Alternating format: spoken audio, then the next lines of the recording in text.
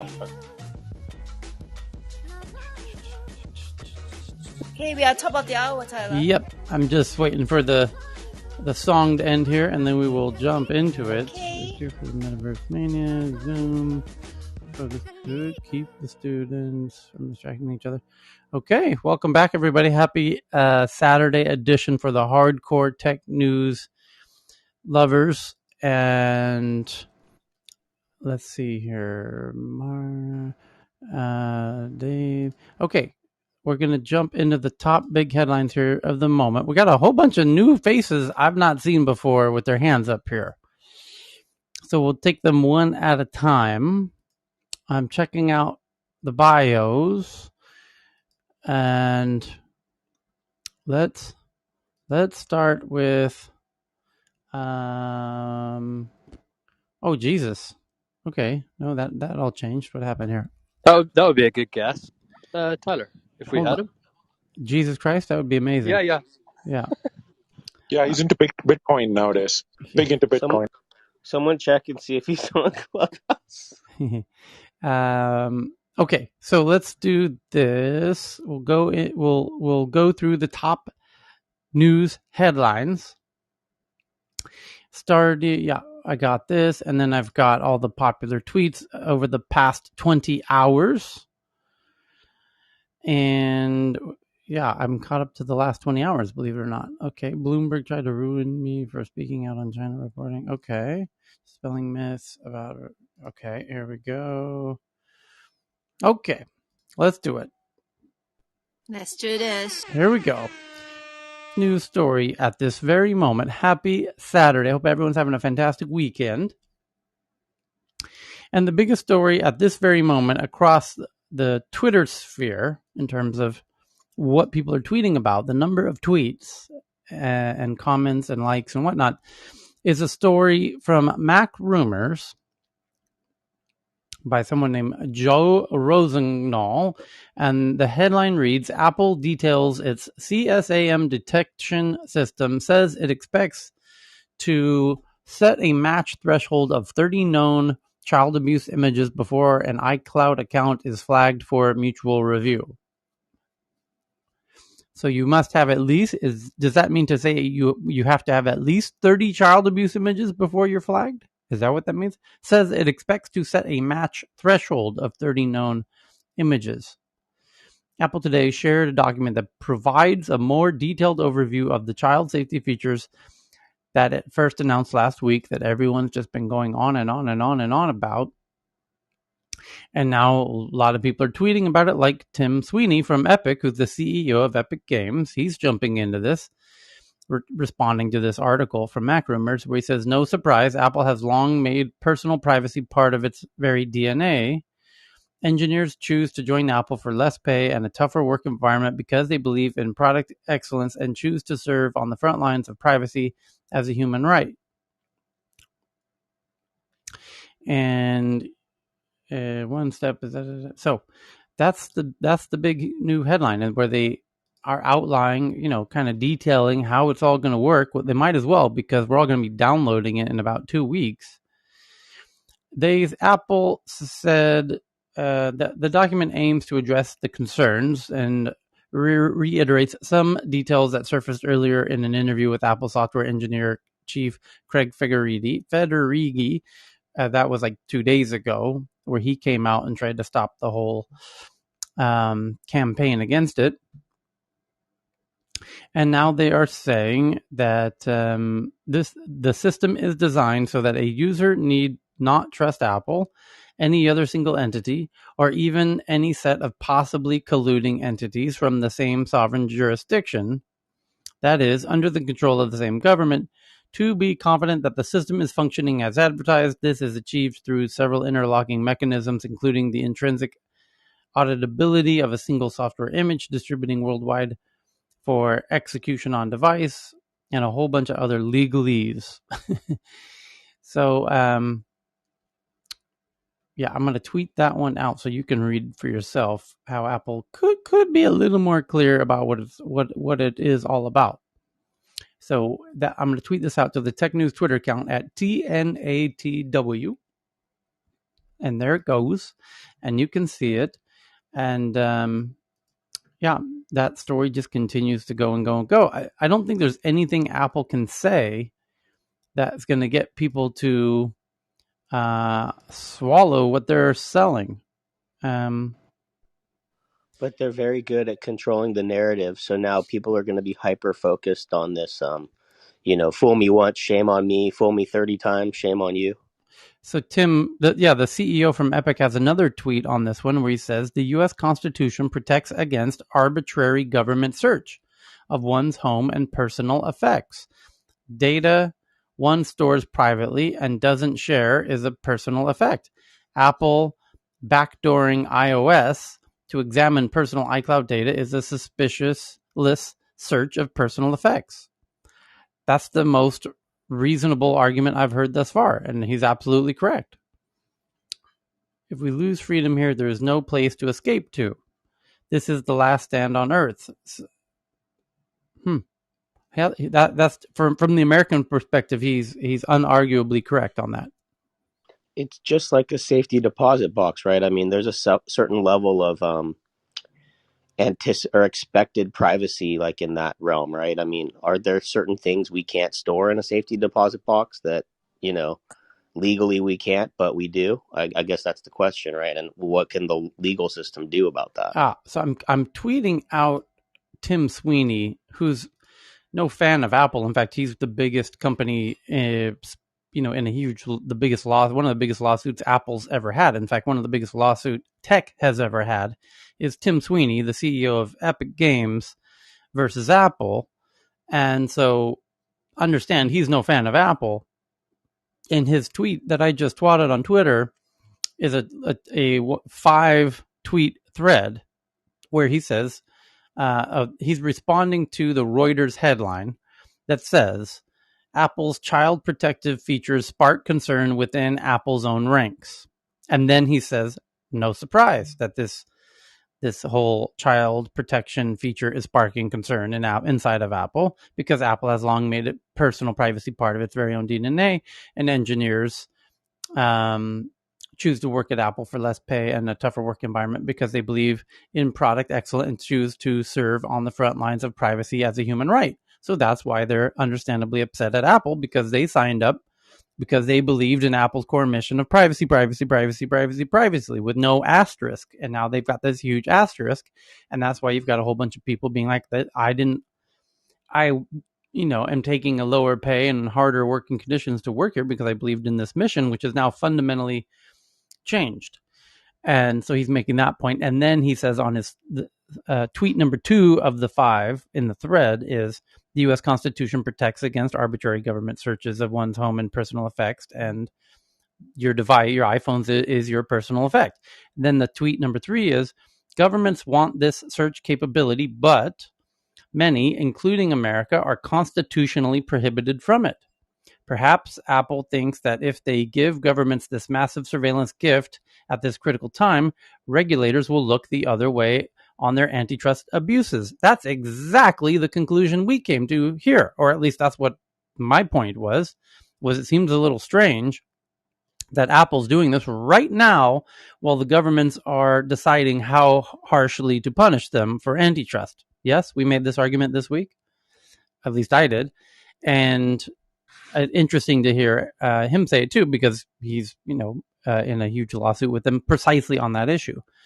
Tweet 4 of 5 says Apple already made such a deal in China. Yes, exactly. Selling out the privacy of iCloud users there by putting iCloud servers in a data center operated by the government-owned enterprise. Now Americans are told, quote unquote, trust us because though we just sold you out now, we won't do it again. And the last tweet, he says, my fear is that what Apple is ultimately trying to backdoor here is not our iPhones, but democracy and the rule of law itself. And with that last line, that's a bit harshly worded, I think. But on the first 4, I think he's dead on. So I tweeted, you can see that yourself. And that's getting quite a lot of attention, that Twitter thread. So, and I personally, great to see him validate the suspicion that I had about that. This seems like they're just trying to appease Uncle Sam to not be so brutal in the antitrust, to keep their boat afloat. So, the second biggest headline at this very moment is from Engadget. Facebook rolls out end-to-end encryption or end-to-end encrypted voice and video calls on Messenger, and says it will begin testing out end-to-end encryption for Instagram DMs, rolling out a host of features for Messenger users who switch on end-to-end encryption. You can now call Messenger contacts using voice and video end-to-end encryption. I'll be honest, I'm kind of surprised by this move. So are people on Twitter, for example. One guy says, I'm excited about today's milestone in Facebook's journey to build robust end-to-end encrypted messaging experience. The option to make end-to-end encrypted voice and video calls on Messenger and improve support for disappearing messages. And other people expressing surprise as well on Twitter, kind of the main theme. The third, although we will have another really interesting Facebook headline in a minute, so stay tuned for that one, which is more interesting than this one. The next biggest article, which would be number 3, is from the New York Times. It says, in a preliminary ruling, an ITC judge finds Google infringed on 5 patents owned by Sonos. Full commission will make a final ruling in December. In the preliminary finding by the U.S. International Trade Commission, a judge ruled the internet company infringed on speaker technology patents that Sonos has about how, talking to your speaker and whatnot, as you now do with Google Assistant. So, Google infringed on Sonos's patents according to a ruling, and they'll kind of figure that out in December. Article number 4 at this very moment is from The Verge. Twitter pauses rolling out access to apply for verification after admitting that several fake accounts, reportedly part of a botnet, were wrongfully verified, which we covered in real time live about a month ago. And they were found by our friend Jane Wong in Hong Kong. And she noticed, who are these very bot-looking verified Twitter accounts? And then she even did a little investigating and found out they all appeared to be kind of Turkish in nature. And it was very weird because the Twitter verified accounts that have the little blue check, that means they've been verified. Twitter's been doing this in a mix of algorithm and human. That means there's at least a human overviewing this in some capacity. How does a human not understand that they're bots and that they were all so similar? And that's what Jane tweeted, a month ago. I agreed.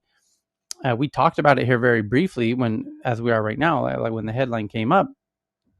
And now Twitter's pausing rolling out access to apply for verification after admitting that several fake accounts, reportedly part of a botnet, were wrongly verified. So we will see. If Twitter's own verified Twitter account says we've temporarily hit pause on rolling out access to apply for verification so we can make improvements to the application and review process. For those who have been waiting, we know this may be disappointing. We want to get things right and appreciate your patience. Okay, I think they're probably just going to have to do it at scale very soon, as they're about to do a huge rollout of their Twitter Spaces. And it will be far more important to understand if people are verified in the very powerful format, as everyone in this room knows, of kind of social audio, than in traditional tweets. So we shall see. I think they're going to have to partner with one of the startups or who is that, Stripe, which is now doing kind of at scale automated verifications. So the fifth biggest headline is from Cointelegraph. They say they have a report that 55 of the top 100 banks by assets under management have invested in crypto or a blockchain company. Barclays and Citigroup are the most active investors. Over half of the 100 largest banks by asset are reportedly investors in major crypto and blockchain technology-based companies and projects. And that's kind of interesting in that means it's pretty much impossible for the government to ban cryptos, but they're not looking to ban cryptos. They're looking to control them, as the infrastructure bill provision clearly states. You're more than welcome to do it. We just want to know everybody's name and verified addresses that touches your blockchain in any kind of way. That's where it's at today. It still has to pass the House, although it's not clear that it will, and some are saying it won't. We will know probably next week. There will be an update on that anyway. So the sixth biggest articles from the Wall Street Journal. Tyler, just a quick one on that crypto one, if I may. Yeah. Is it? It said that they're investing in crypto projects on something else.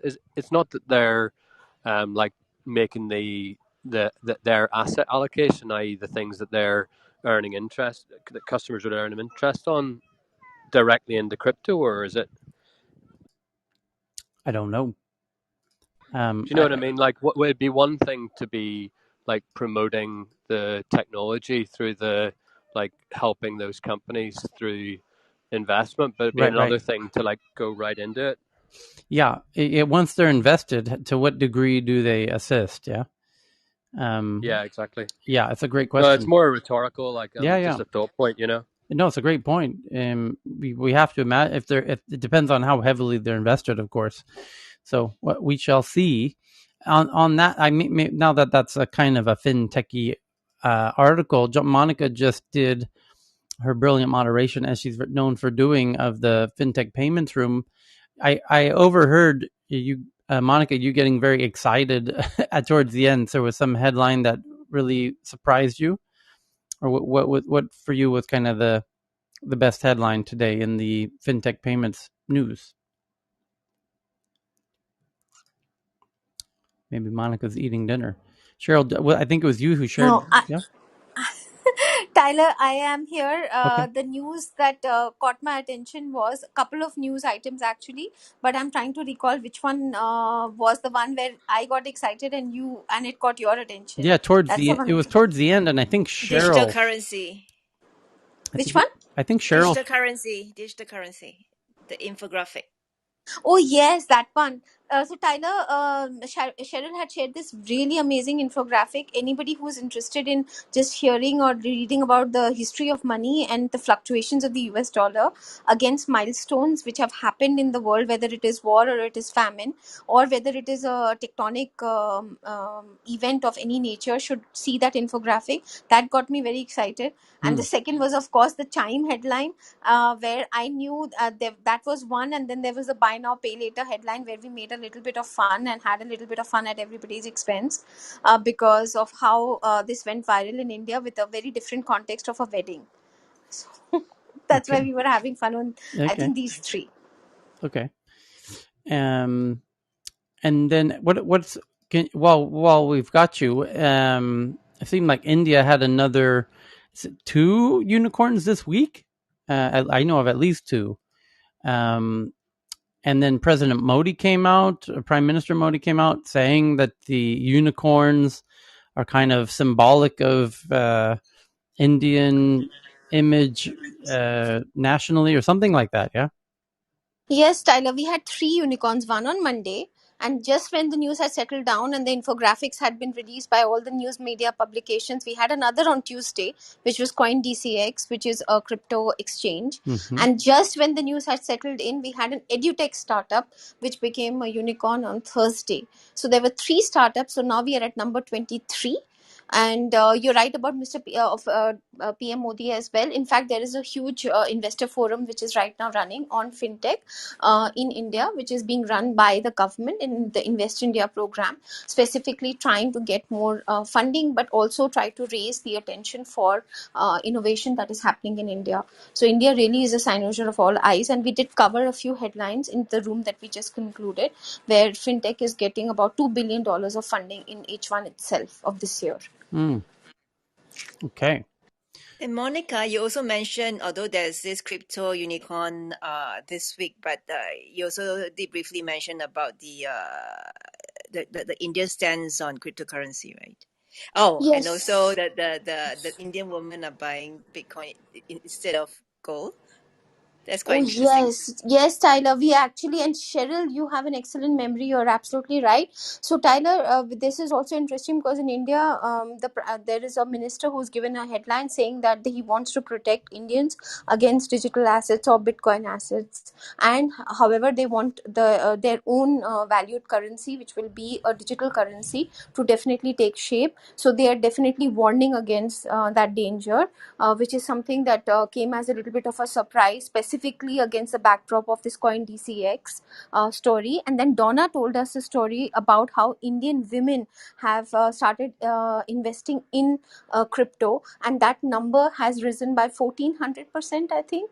And I'll look up the headline. I'm trying to find that link. But Indian women specifically make the purchasing decisions, but the investment decisions are very, very risk averse. So they normally tend to invest in gold, but they are trying not to invest in gold and investing in crypto. So those were some of the headlines that we touched. There was another Indian one where a minister got banned on Twitter temporarily, and then he says this is interfering with Indian democracy. Yeah. It's the leader of the opposition party, Rahul Gandhi. Yeah. He's been banned for tweeting images that violate the Child Privacy Act. Mm-hmm. So it's actually not been banned; it's been temporarily suspended. Yeah, suspended. But that party is using it as a noise-making ploy, saying social media is against democracy. It's more of that thing where they're using it as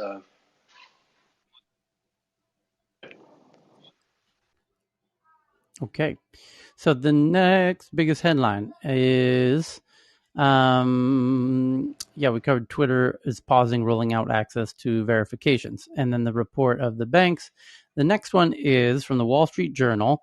A half dozen white-collar workers in industries like tech and banking say they are stealthily holding multiple remote full-time jobs. When the pandemic freed employees from having to report to the office, some saw an opportunity to double their salary on the sly by doing multiple jobs simultaneously. And I guess that is one way in this whole battle between people who want to work fully remotely, where they're going to have to be paid less, but maybe they can do two jobs simultaneously. So maybe even at the same company, you could apply under a different name somehow. or maybe I'm going to have to come up with a new startup that can test to see if your employees are working at other companies simultaneously. I applaud their work ethic, Tyler. Right? At least they're smashing in at least 70 hours a week. I support that. Do you remember in Living Color there was that segment where it's like, I have 10 jobs? It's like, okay, that's pastime. Yeah, I would love to see a Saturday Night Live skit of somebody with two laptops doing two separate Zoom calls simultaneously, where they just mute one side to make comments on the other. What happens when you have two Zoom calls? I'd hire that guy. I'd hire him. That happens. Have you been listening to my Zoom calls or something, Tyler? Yeah. I've done that already. Yeah. By the way, it's work from anywhere and work for whoever at the same time. That's the new. Tyler, I wanted to add an angle here from Africa because there's been some interesting chatter on Twitter as well as a few newsletters. Obviously, you're aware that Africa is now getting more and more investment in VC, fintech, but there is a talent constraint that people kind of are aware of because it's one of the Achilles heels of the Africa ecosystem is that we haven't got as many, for example, compared to India or China or even Latin America, we just aren't churning up enough talent, particularly engineers. And so you are starting to see, and as you also know, and Monica probably knows as well, with the fintech room, we had some big announcements in the last couple of weeks with Kuda Bank raising a bunch of money, Fair Money, Chipper Cash raised a big amount of money. The list is getting longer, but now what you're seeing is that a lot of the engineers, particularly in Nigeria, they don't actually they're not getting stock options or they don't value them, or I don't know whether the startups are even giving them out to them. And so, but they're paying them quite low wages because they, can use the excuse that they're living in Nigeria, earning in naira, which is a much lower value currency than the dollar. And so they are being forced to take other jobs too, right? Because they're like, well, if I'm not earning enough from the startup, and you guys just raise millions of dollars, and you can't, and you're not paying me enough, the market forces aren't lifting the wages of the engineering talent in Nigeria, for instance, enough for them to stay on the one job, and so they're starting to get more, starting to do more of this remote work, and of course because a lot of the talent is definitely more dispersed in Africa, as well as some engineers are in the US or even Europe, Eastern Europe as well. So it's compounding the problem. And so, yeah, I'm predicting that we potentially might see a slowdown of dollars, VC dollars going into Africa if the talent constraint isn't unblocked. I mean, for instance, obviously there could be more a global talent entering the space. For example, Kenya. If Meseret is here, she knows that there's a lot of expats going into Kenyan ecosystem, and they raise a lot of money because Kenya is welcoming to foreigners, whether you're Indian, American, British, you're fine. Nigeria is not as much. And so yeah, so just an angle from Africa. I think Cool. we might see a topping of that ecosystem unless we see more talent coming in. Yep. Cool. We got a whole. What's the next one here? That was the white collar workers doing multiple jobs. The next one is an analysis of VC-backed companies in the gaming space have raised nearly $6 billion in 2021, already surpassing the total raised in 2020 and 2019. So it's an absolute boom in video game investment. The next is from my favorite publication called Bloomberg. And it says Apple is ordered by East Texas jury to pay $300 million in royalties to Optus after losing a patent dispute retrial over LTE technologies in iPhones and other products. And that's 2 different patent infringements articles today out of the top 10. The first one was Google infringing on Sonos patents, and then now Apple infringing on Optus. So yeah, apparently you got to take these big companies to court, and when you do, in the case of Optus, they got $300 million. Hopefully that's worth it. Next article is from the Financial Times. It says there are 65 million attempts by staff to steal code from their companies in Q2. Holy shit. 65 million attempts of staff trying to steal company code in the past 3 months, up from about 20 million in each of the previous 3 quarters. That's wild. That's like a 3x increase. Let's zoom out on that too. How many developers can there be? So how much stealing are they doing? Yeah. Rise in insider threats come as disgruntled employees quit in record numbers as lockdowns ease. Employees are taking sensitive information with them.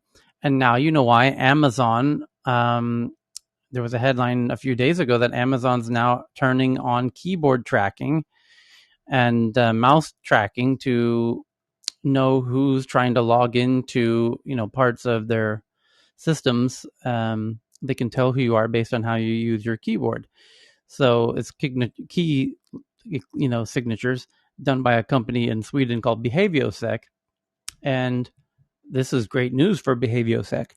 If this headline is even close to correct, that's wild. I think it's because of people working from home, and they feel like they're able to get away with things that they wouldn't dare try to do at the office. And just being having that physical distance and emotional distance, and they get disgruntled and want to take action, and they can't. There's no other ways to retaliate, like doing something to the boss's car in the parking lot, so they're screwing around with the data or something.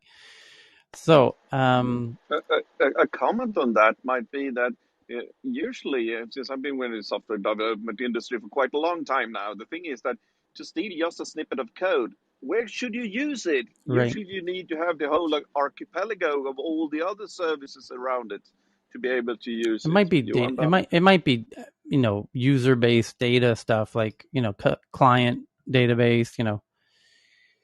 I'm thinking it's that kind of stuff. The next headline is Equifax to buy, and apparently who cares about that? Next one is new book details Android's acquisition by Google, how Android pitched its mobile operating system, to Samsung, HTC, and others firms before meeting with Larry Page to sell it to Google. And you can read all about the snippet from that new upcoming book about Android and its sale to Google, which it was obviously a great purchase for Google. And then where is this Facebook article I wanted to read? Basically a team from, was it Australia?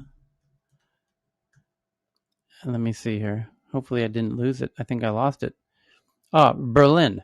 Researchers at Berlin-based Algorithm Watch say they abandoned their research project monitoring the Instagram algorithm after legal threats from Facebook.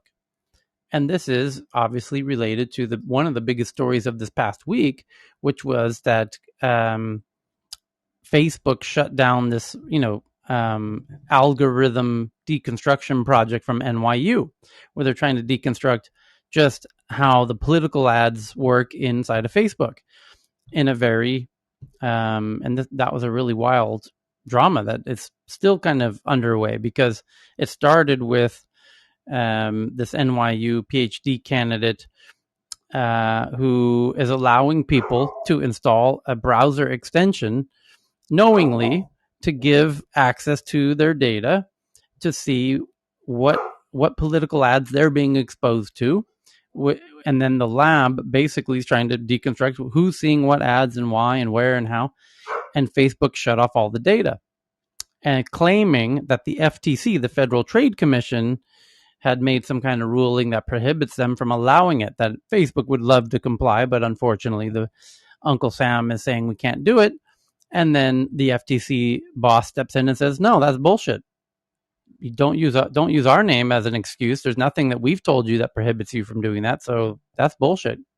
Give the data back. And so now the ball's clearly in Facebook's court with a bunch of embarrassment about why exactly they shut it off, and they can't use the excuse they previously were using that it's, the FTC. So while that, we expect an update on that, in the next few days. And in the meantime, I actually have some updates regarding that one. So hold that thought. Hold it, because there's the new revelation is, because of those headlines that came out this week, a team in Berlin called Algorithm Watch jumps up and says, hey, this happened to us and we stopped our research project and we didn't tell anybody, but we sure want to tell everyone now because we got screwed too. So it says Facebook shut down German research on Instagram algorithm, and a chilling echo of NYU, the research project. So there's now two instances of this. Go ahead, Johan. Yeah, the thing is that 12 hours ago, the database for this algorithmic project did go offline. And there are no response from the team why the database is offline. The client, I've been looking at the project for quite a while, you know why. The thing is here that the database, it's unreachable by now, and it's with one of the major cloud delivers as well. So it's not only Facebook, somebody else is playing the games here, and I don't get any response from the team. I have no idea why they put down the database, or if the provider of the database actually shut it off. I have no idea, but the database is gone as well. Okay.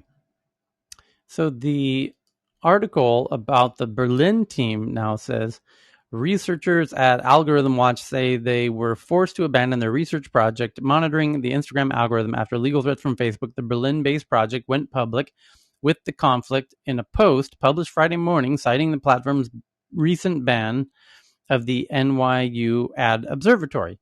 Here's the quote. There are probably more cases of bullying that we do not know about, the post reads. We hope that by coming forward, more organizations will speak up about their experience. Launched in March 2020, Algorithm Watch provided a browser plugin that would allow users to collect data from their Instagram feeds, providing insight into how the platform prioritizes pictures and videos. The project published findings regularly, showing that the algorithm encouraged photos that showed bare skin and that photos showing faces are ranked higher than screenshots of text. Facebook disputed the methodology but did not otherwise take action against Algorithm Watch for the first year of the project. In May, researchers say Facebook asked to meet with the project leaders and accused them of violating the platform's terms of service in person. So there's no trail. Very clever of Facebook to do it without not putting it in writing and asking for an in-person meeting, which is bizarre that they would do that, except that they putting it in writing means they would be the receiver of Facebook's message, Algorithm Watch, would clearly go to the press and be like, hey, press, look what Facebook is, shutting us down, and we have the proof. In your meeting, the only proof you could have is if you recorded your conversation of the physical meeting. Anyway, so another objection was that the project violated GDPR since it collected data from users who had not consented to participate, which of course is bullshit because it's a browser extension. The only data that's being shared is by the person who agreed to install the browser plugin. And the team responds with the quote, "We only collected data related to the content that Facebook displayed to the volunteers who installed the add-on." Right. There's no violation of GDPR in doing that. The researchers say in their defense. In other words, users of the plugin were only accessing their own feed and sharing it with us for research purposes. Exactly. So their Facebook's point is just complete bullshit. So now you've got two instances. We actually have three.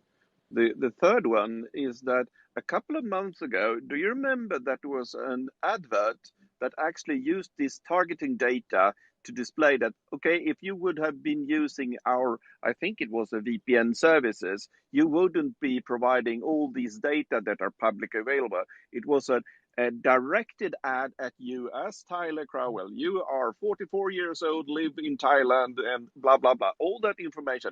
If you have been using our VPN services, you wouldn't be providing us this targeting information. You understand? Okay. So the next big headline of the moment is companies like Huawei and ZTE, which is kind of Huawei's the other big Chinese telecom company, have driven the demand for surveillance tech in Latin America by offering local governments free or discounted surveillance equipment. Well, there you go. Yeah. Let's Huawei and ZTE have always been super cheap anyway. So right. It's hard to imagine what a discount means.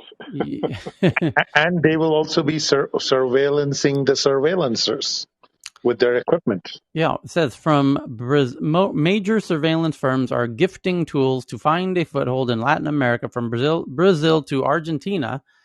Companies like Huawei and Dahua are disseminating high-tech cameras.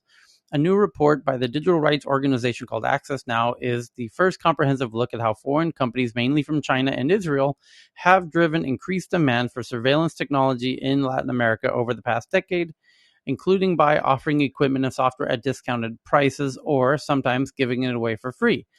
Facial recognition technology to monitor citizens has grown increasingly common in the region over the past few years. These programs are ostensibly targeted at crime prevention, although they are also increasingly used for other reasons, such as COVID mitigation and classroom monitoring. Technology for public safety or policing purposes is pretty ubiquitous in Latin America, said Sheena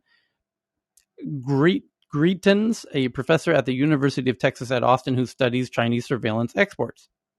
Despite the well-documented history of misuse by government and companies, the rapid expansion of surveillance technology has not met much popular resistance in Argentina, Brazil, and Ecuador, the countries highlighted in the report. More often than not, surveillance is a point of pride for politicians, heralded as the foundation of a safer future and accepted by the country's residents. Here's a quote: "We aim to make Sao Paulo a global capital, not a province, and that includes making it a digital city," said then Mayor João Doria in 2017 at about the same time that several Chinese companies, including Huawei, Hikvision, Dahua, and ZTE, donated at least 4,000 security cameras for its City Cameras program. He concluded... The same playbook for 5G, Tyler. I mean, Huawei was always a third of the price of Ericsson or Nokia. Mm-hmm. and that's how they had such a great foothold into Europe, among other places. He even boasted that Sao Paulo will be the best monitored city in Latin America by the end of his term. And I've only read the very beginning of that article, so I will tweet that one out for those who want to go further on that one. And that one's gone. Okay, and then the next big article is that a German-based company called WorkMotion, an HR software startup that helps companies onboard and manage staff abroad. You know why they would need that? Because we're going into a global workforce. We're going to hire people working from anywhere. And so they just raised $24 million. Netherlands-based Betty Blocks, which offers low-code application development tools and organizations, raises $33 million. HBO Max plans to roll out a new app in the next 4 to 5 months for connected TVs built from the ground up after complaints of glitches in its current app. What else do we got? Discord is raising money at a valuation of around $15 billion in a funding round that would at least double its valuation of $7 billion in 2020. And neobank Chime raises $750 million, led by Sequoia, at a valuation of $25 billion, as sources say it could go public next year. Ethereum scaling project Polygon, formerly Matic Network, to acquire Hermes Network. Reddit says it's rolling out a TikTok-like video feed in its iOS app. And I bet you they already do live streaming in the Reddit's current app. And if they're rolling out TikTok-like video feed, you better believe it's going to have live streams, as it already does in their current app. And they're obviously would be utterly idiotic to not do the social commerce aspect. And we have to imagine they are, as they just raised a monster round of money at a much bigger valuation than even a year ago. And because social commerce is now here, and these apps that have huge sticky audiences and communities are now worth a lot more than they were a year ago. So that takes us through all of the big headlines at the moment.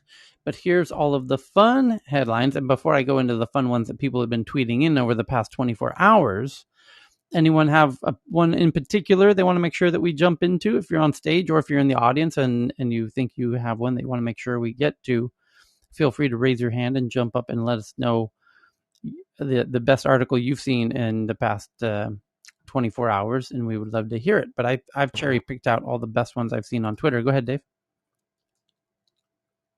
I was going to ask you just a quick one on the Facebook one. Mm-hmm. What do you think their best response could be at this stage, to that situation?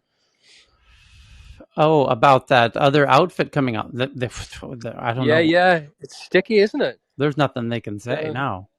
Really? Anyway, it was just I thought it was an interesting. They just interesting to see what they come back with. They just have to pray and hope the other teams that are there's as that team from Berlin said, they implied there must be others, and indeed there must be. That's right. So they could work together, ensure any kind of legal costs or whatever, and Facebook could have a real domino or snowball on their hands. So, yeah. Yep. Here are some of the funnest headlines that I've picked out recently. Evan, you found this one about what I learned from going head to head with OpenAI Codex. Yeah. It looks like it's even from a developer's perspective, pretty amazing, pretty advanced. Yeah. The person that wrote this post that I'll tweet out right now. I just tweeted out. It says, "Is my career over? Experiments with Codex," where developers are now playing around with OpenAI's Codex, which basically allows anyone to make apps verbally. You just talk to, the microphone and tell it what you want, and it codes it for you. And really not just a toy. It's not a gimmick. Not at all. Kind of real. Not at all a toy. Not at all a gimmick. Very, very, very real. and it's scaring the bejesus out of developers.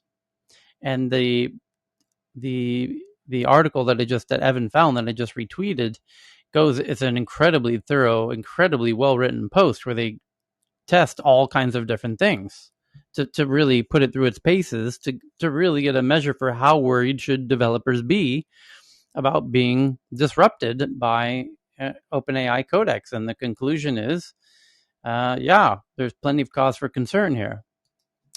So you can read that one for yourself. And thanks for Evan for finding that one. The next one is from Nalormi from Nikkei, which is the leading publication out of Japan. And the headline is Dispelling the Myths and Rumors About China's Digital Currency. Every technological evolution spawns a crowd blinded by ignorance. So what really is going on? And so just retweeting that one.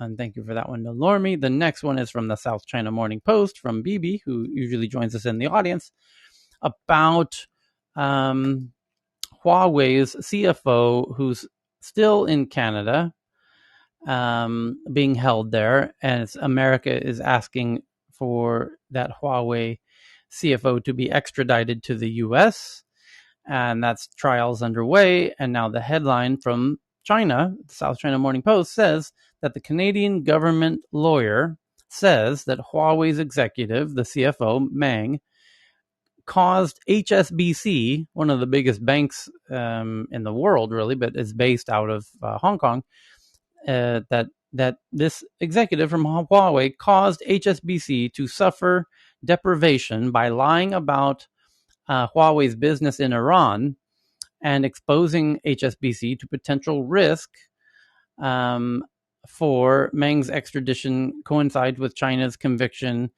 and of Canadian Michael Spavor of espionage. And that I happen to have found something that I don't think anyone else has found.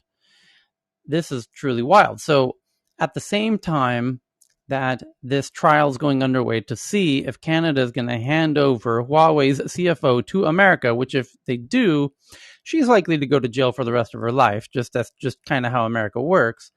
And it looks like they're going to hand her over, and China knows that. And Canada is going to decide this like on Monday when they go back to court.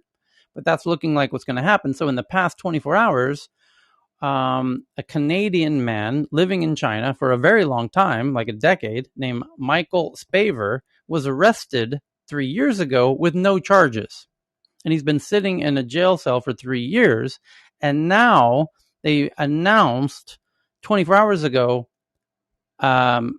he's going to be spending a lot more time in jail, and we're charging him with being a spy.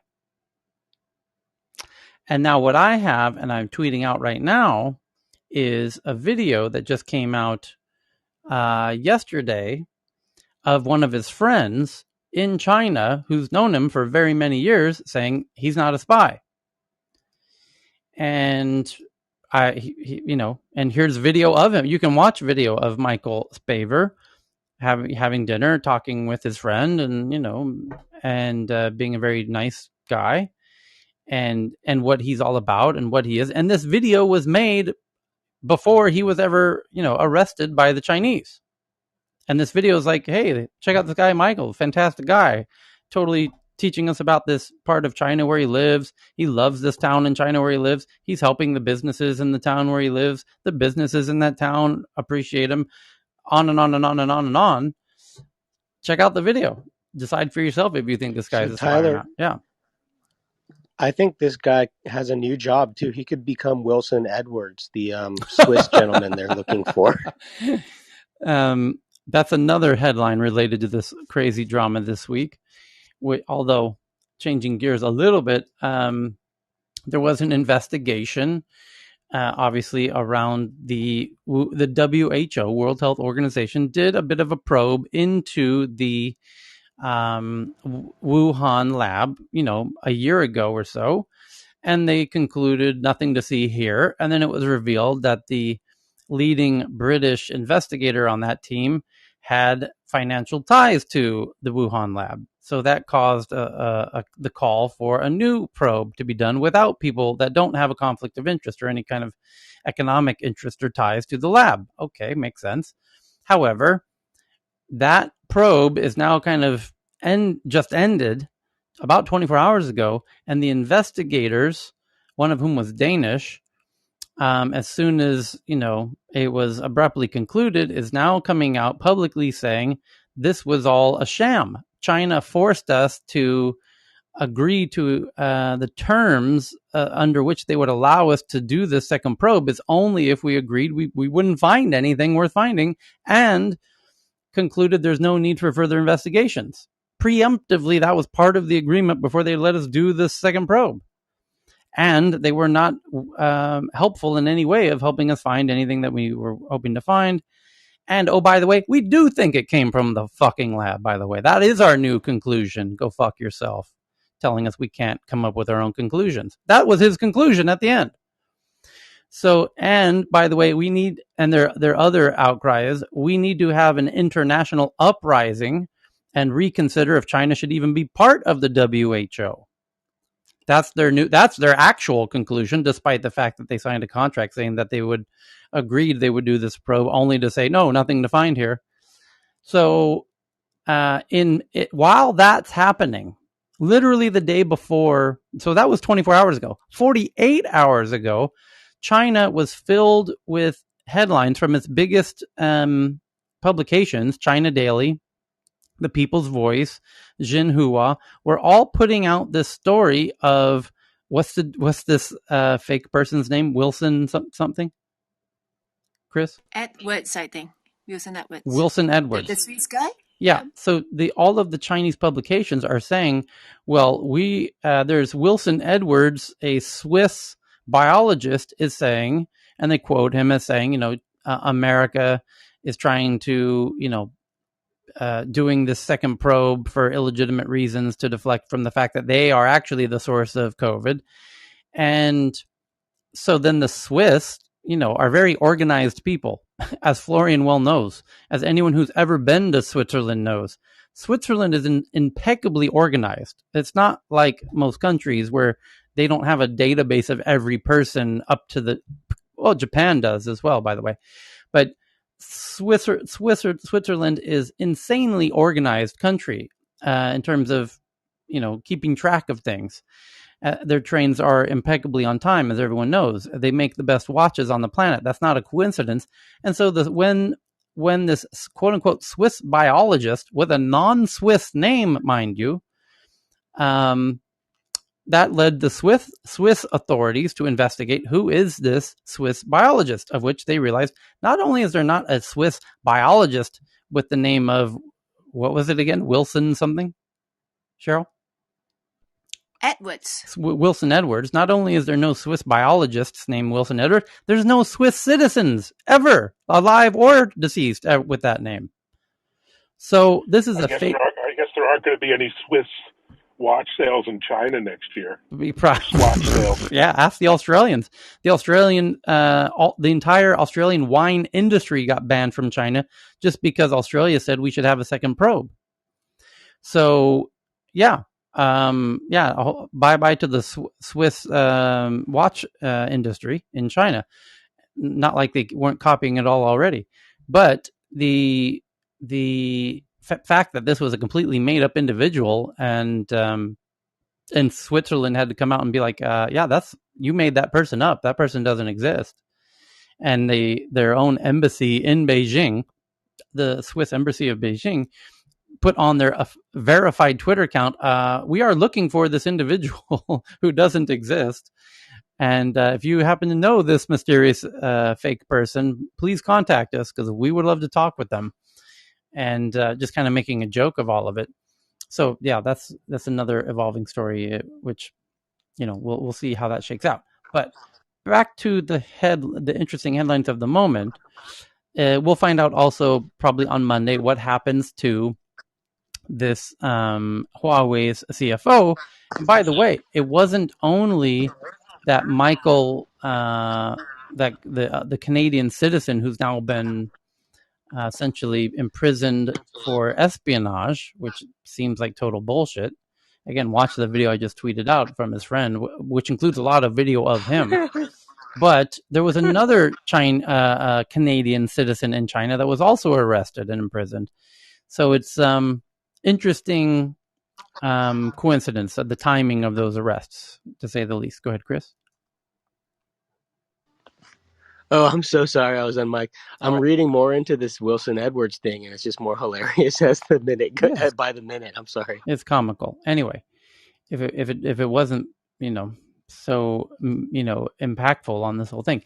So the next interesting headline is from Renjith via TechCrunch. It says, lawmakers ask Amazon what it plans to do with the palm print biometrics data.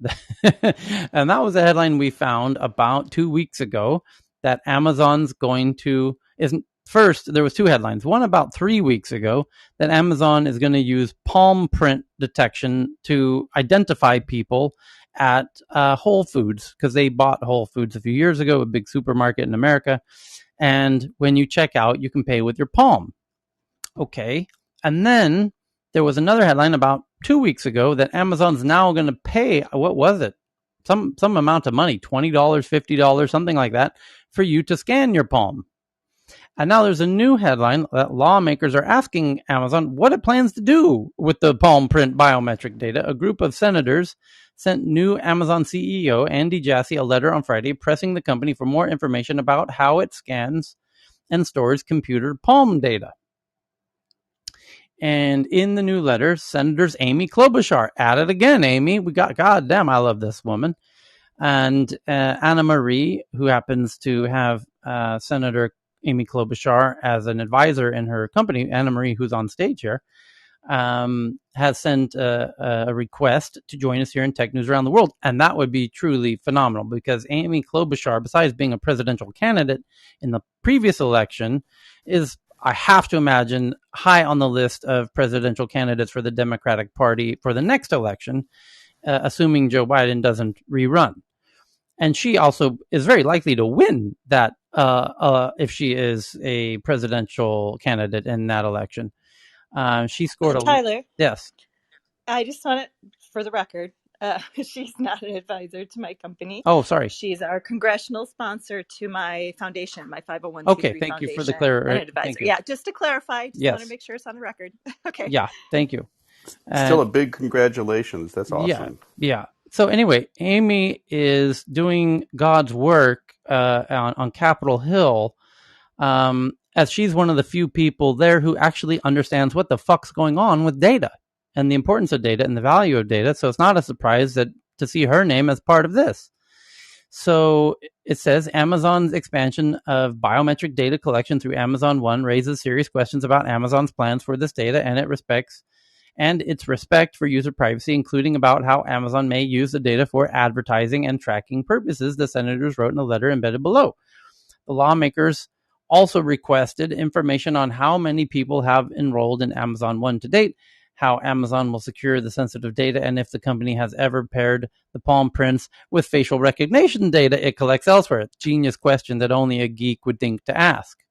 Certainly, I mean, I can see Amy asking that, but I can't think of another politician in Washington, D.C. that has the kind of tech chops to understand the need to ask that question. So, very cool. And you can see the letter that they just sent. It's actually quite short, where they say, Dear Mr. Jassy, we write regarding concerns about Amazon's recent expansion and promotion of Amazon One, a palm print recognition system, and to request information about the actions Amazon's taking to protect user data, privacy, and security. It appears to be a biometric data recognition system that allows consumers to pay for their purchase in the grocery stores, bookstores, and other retail settings using their palm print, etc., etc. You can read the whole thing. I read about half of it just then, but you get the idea. So I'm tweeting that out to the Tech News Twitter account, and let's cross our fingers and hope that Amy has some spare time in the weeks to come and can join us in here and just give us a little look as to what it's like to be her in DC, surrounded by people who probably don't have her level of understanding of tech. So and what she imagines the future holds for everybody involved, or from her perspective. So the next interesting headline at the moment is, as if that one wasn't interesting enough, this one from Alexandra from Yahoo Finance, that Black, Latino, LGBTQ investors see cryptocurrencies as a new path to wealth, and cryptocurrencies are hot, but Black, Latino, and LGBTQ investors buy it more than white Americans, seeing it as a path to equity and wealth. And then we got this one from both Nolormi and Ranjith. They're both in the same thread together. Nolormi is tweeting out the article from the BBC that UK troops have sent to get Britons out of Afghanistan, as UK announces around 600 troops are to be deployed to Afghanistan to assist British nationals to leave, as the Taliban now encircles Kabul and has taken over the other kind of minor, the kind of second-tier cities. And then Ranjith also has Denmark to shut Kabul embassy. Finland evacuates staff. And Denmark will temporarily shut its Kabul embassy and evacuate all staff. And Finland will take in about 130 local Afghan refugees into Finland. Incredibly fortunate individuals that they are. I think you could do a lot worse than immigrate to Finland, by the way. Really an impressive country, the best education system on the planet at the moment. So, yeah, very concerning what's going on there. America, as well, is reportedly has 3,000 Marines going in to help the American embassy, which apparently is the size of a small city in and of itself. The American embassy in Kabul is quite a substantial area with apparently thousands of Americans are there, and so that's why you need thousands of military Marines to help them exit safely. So the next headline is that from Wired via Anita, that Samsung has its own AI-designed chip. Soon others will too. Synopsys, which sells software for designing semiconductors to dozens of companies, is adding artificial intelligence to its arsenal. Makes sense. And yeah, I have to agree. Everyone's going to be using AI in that capacity in the very near term. And Evan, you have one here from the Financial Times. What a $600 million heist tells us about the future of crypto. No doubt about the big hack that happened this week, where somebody took 611 million worth of crypto out of a blockchain and now has returned it. But industry intervention over hacking raises questions for digital asset enthusiasts, is the subheadline from the Financial Times. And Vinay, you have one about India attracts $2 billion in fintech investment in the first half of 2021. Insurance tech has also been gaining popularity among investors, no doubt. And so is EdTech, and so is delivery. Those are the hot categories in the first half of 2021. Tyler, can somebody with deep expertise on the Bitcoin and all that speak to that last story, like a story ago, with regards to the heist? Because that's kind of one of those big, catastrophic issues. So how is that community addressing that or rationalizing that or what have you? He just got banned on stage. Yeah, Ben might be good to answer that. Yeah, so I mean, it wasn't Bitcoin. That sort of thing is somewhat less likely on Bitcoin. I don't know all the details of it. It doesn't surprise me at all, that sort of thing, though. With 10,000 projects out there, most of them not decentralized, with a lot of people out there who don't understand that their security protocols, these sort of things are inevitable, unfortunately. I don't know all the details of this particular scam, though. To me, it's just like, here's another one. Not really that surprised.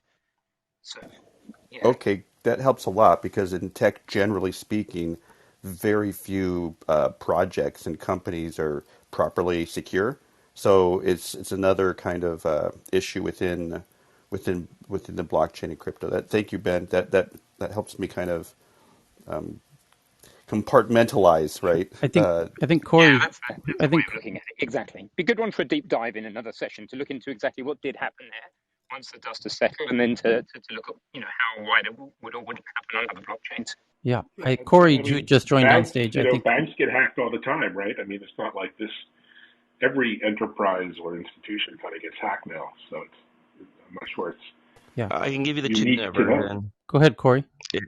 It was a bad smart contract. So it was a smart contract that was not secure, and they took advantage of a couple of lines of smart contract to essentially extract the coin. And that's the very simple reason. There's a lot more to it as far as the story goes, in terms of how they tracked it down and who they found and all that. But the actual exploit itself was just a bad smart contract that wasn't audited very well. And these are things that can happen if, so I think, in the future, with any smart contracts, you really need it. We need to have some reputable smart contract auditing firms that are able to verify and validate these smart contracts are written well and as is. And that was the problem here. That's an important. So if that's the case, if it's a smart contract error, this is really important for people to understand that smart contracts can't do much without, generally speaking, without reference to an oracle, some trusted third party to intermediate between the blockchain that knows nothing else but when were these transactions done, in what order were transactions performed to the nearest 10 minutes. That's all a blockchain, the Bitcoin blockchain, knows.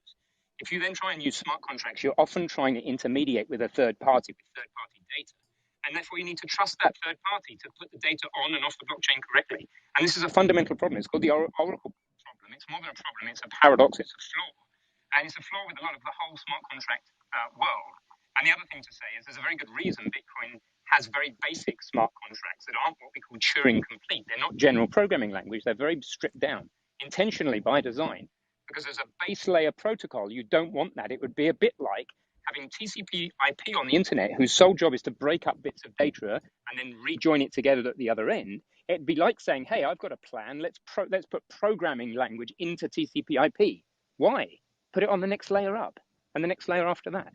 So this is just a fundamental problem with most of the projects. So thanks for that clarification, Corey. Thanks, Corey. But that implies that it looks like there's an architectural evolution here, as you're describing, Ben, that needs to be really clearly communicated from that community because, and Evan, you're absolutely right. Like pretty much everybody's getting hacked and stuff like that. But as a fintech exclusive, even currency category, it would be great to see some leadership just to help build confidence, right? This is just something that would help build confidence. That it's a totally different issue and an issue that really needs a lot more attention is the rise of the chief security officer and just the need for deployment grade apps, just period, to protect consumers and things like that. Yeah, just like you have a SOX 2 audit or you have penetration testing, pen testing done on normal code for fintech applications, banking applications. These sort of things need to be done for anything. And in the in this current world with smart contracts, there's not that institutional grade of auditability happening on these things. And that's the danger and concern here. They're also just fundamentally unnecessary in the first place most of the time. You're writing a smart contract on a blockchain to try and achieve something that could be done without the blockchain. Much faster, much cheaper, much more distributed around the world. It won't be decentralized, but you're not decentralized anyway if you're trusting an oracle. The people just don't get this. It's so simple. The only thing that is decentralized is Bitcoin. And all it does is order transactions. Nothing else. It's not clever. But it is solving a real problem, which is that if money is digital, how do you know it hasn't been spent before? And how do you prevent people copying it? If money is just a number, back when money was scraped into the walls of a cave in granite, super cool, pretty clear if it's been messed with, if the ledger's been messed with. Paper, a little bit easier to mess with, but a little bit more flexible. Computers, 100% possible to mess with. When money becomes a number, you copy the number, somebody else has got your money. That's what Bitcoin solved. And that's the only major advancement that I think has been made, only massive step change that has been made with digital money so far. Everything else, I just don't get, unless I'm stupid. No, there's one thing that I really don't get is this hacker apparently stole money, right, from the fintech, and they actually turned him around to become a hero. This is something that I just don't understand. How come he is not prosecuted? He's a hacker and he stole money. Because he wrote in his where he put the money. He wrote he had to create a box on the blockchain to take the money from where it was. Let me put it this way. I don't want to use a metaphor. Let's just say what it is. He had to create a space to receive the money. And The wallet. The wallet, and then let's call it a wallet. He named the wallet, "I'm giving the money back," before he even took it. And his argument was, "I'm securing the money. I'm not taking it from you. It's currently insecure on your system. I'm going to put it in a secure system, so it can't. So whoever owns this money, He's a white hat. So it can't be stolen. If anyone else finds this vulnerability, they might likely take it and run with it. It's insecure. That's a lot of people's money. I'm going to secure it because I can do it better than you can. And then I'm going to inform you that you have an insecurity. I've got the money waiting here. As soon as you have a secure way to store it, I'm already planning to return it. I even named my wallet where I'm holding it. I'm excited to return this to you whenever you're ready."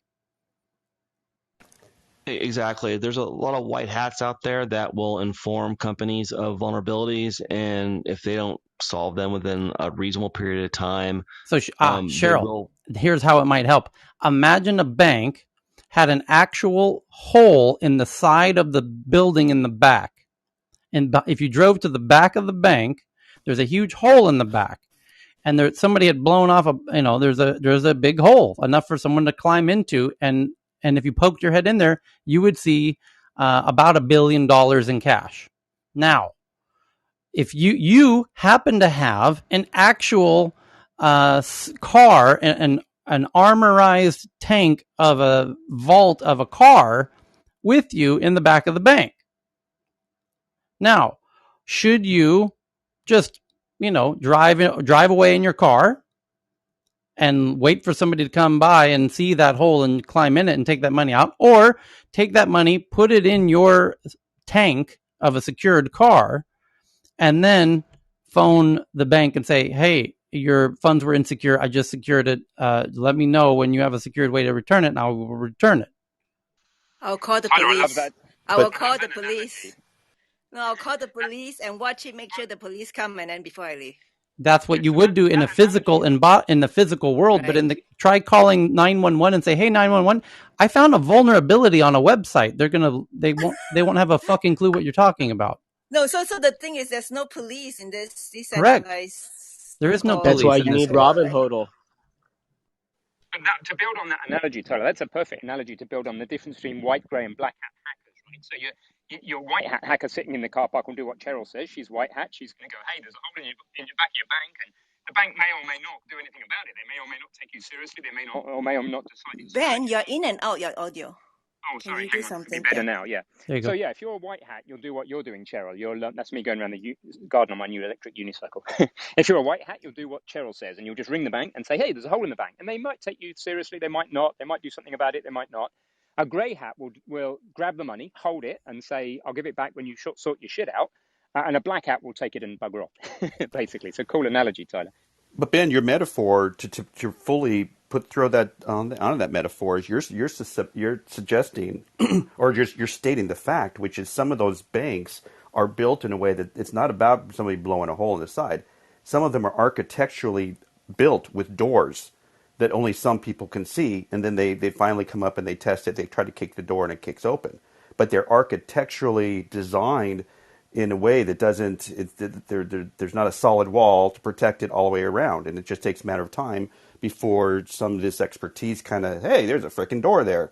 And then whether they're white or black or gray, they kind of do what they're going to do. And that's the kind of the issue. That's the problem with that's the, not the problem. That's the world we live in, where we've got these hack culture is one piece of it, but the other one is just with regards to just a lack of I think that the CTOs should have some kind of almost civil engineer type of professional engineering training or something to help professionalize and therefore certify some level of security and kind of deployment grade readiness that apps have, let alone fintech, blockchain, services and things like that. It's just some thoughts.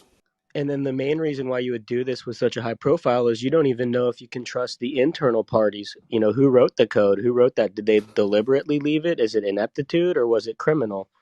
And so, you have to kind of go big or go home with a high profile I'm taking this money for this reason, and here's the proof that I'm not a thief, by doing it this way.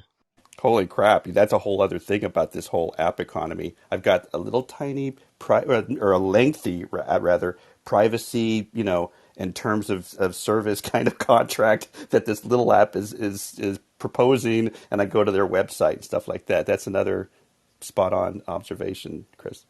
Okay, next headline here is from Evan about drones. Autonomous robots could be deployed in underground mines to improve safety. And there's a photo of a mining tech is a huge industry, especially like in countries Australia, Russia, elsewhere. I mean, just tons of money literally going down the mines. Yeah, and there's a photo. There's photos in the tweet I just twatted on Twitter, where you can see the drone down in the bottom of the mine with a bunch of miners, and you can get a look at the real life use case there. It's really cool looking. And also from Evan from the Daily Mail, a Chinese billionaire wind farm in Texas on 140,000 acres is now being blocked. His name is Sun Guangjin, 59-year-old, had hoped to build a wind farm on part of the 140,000 acres he's holding in Texas near the Air Force Base.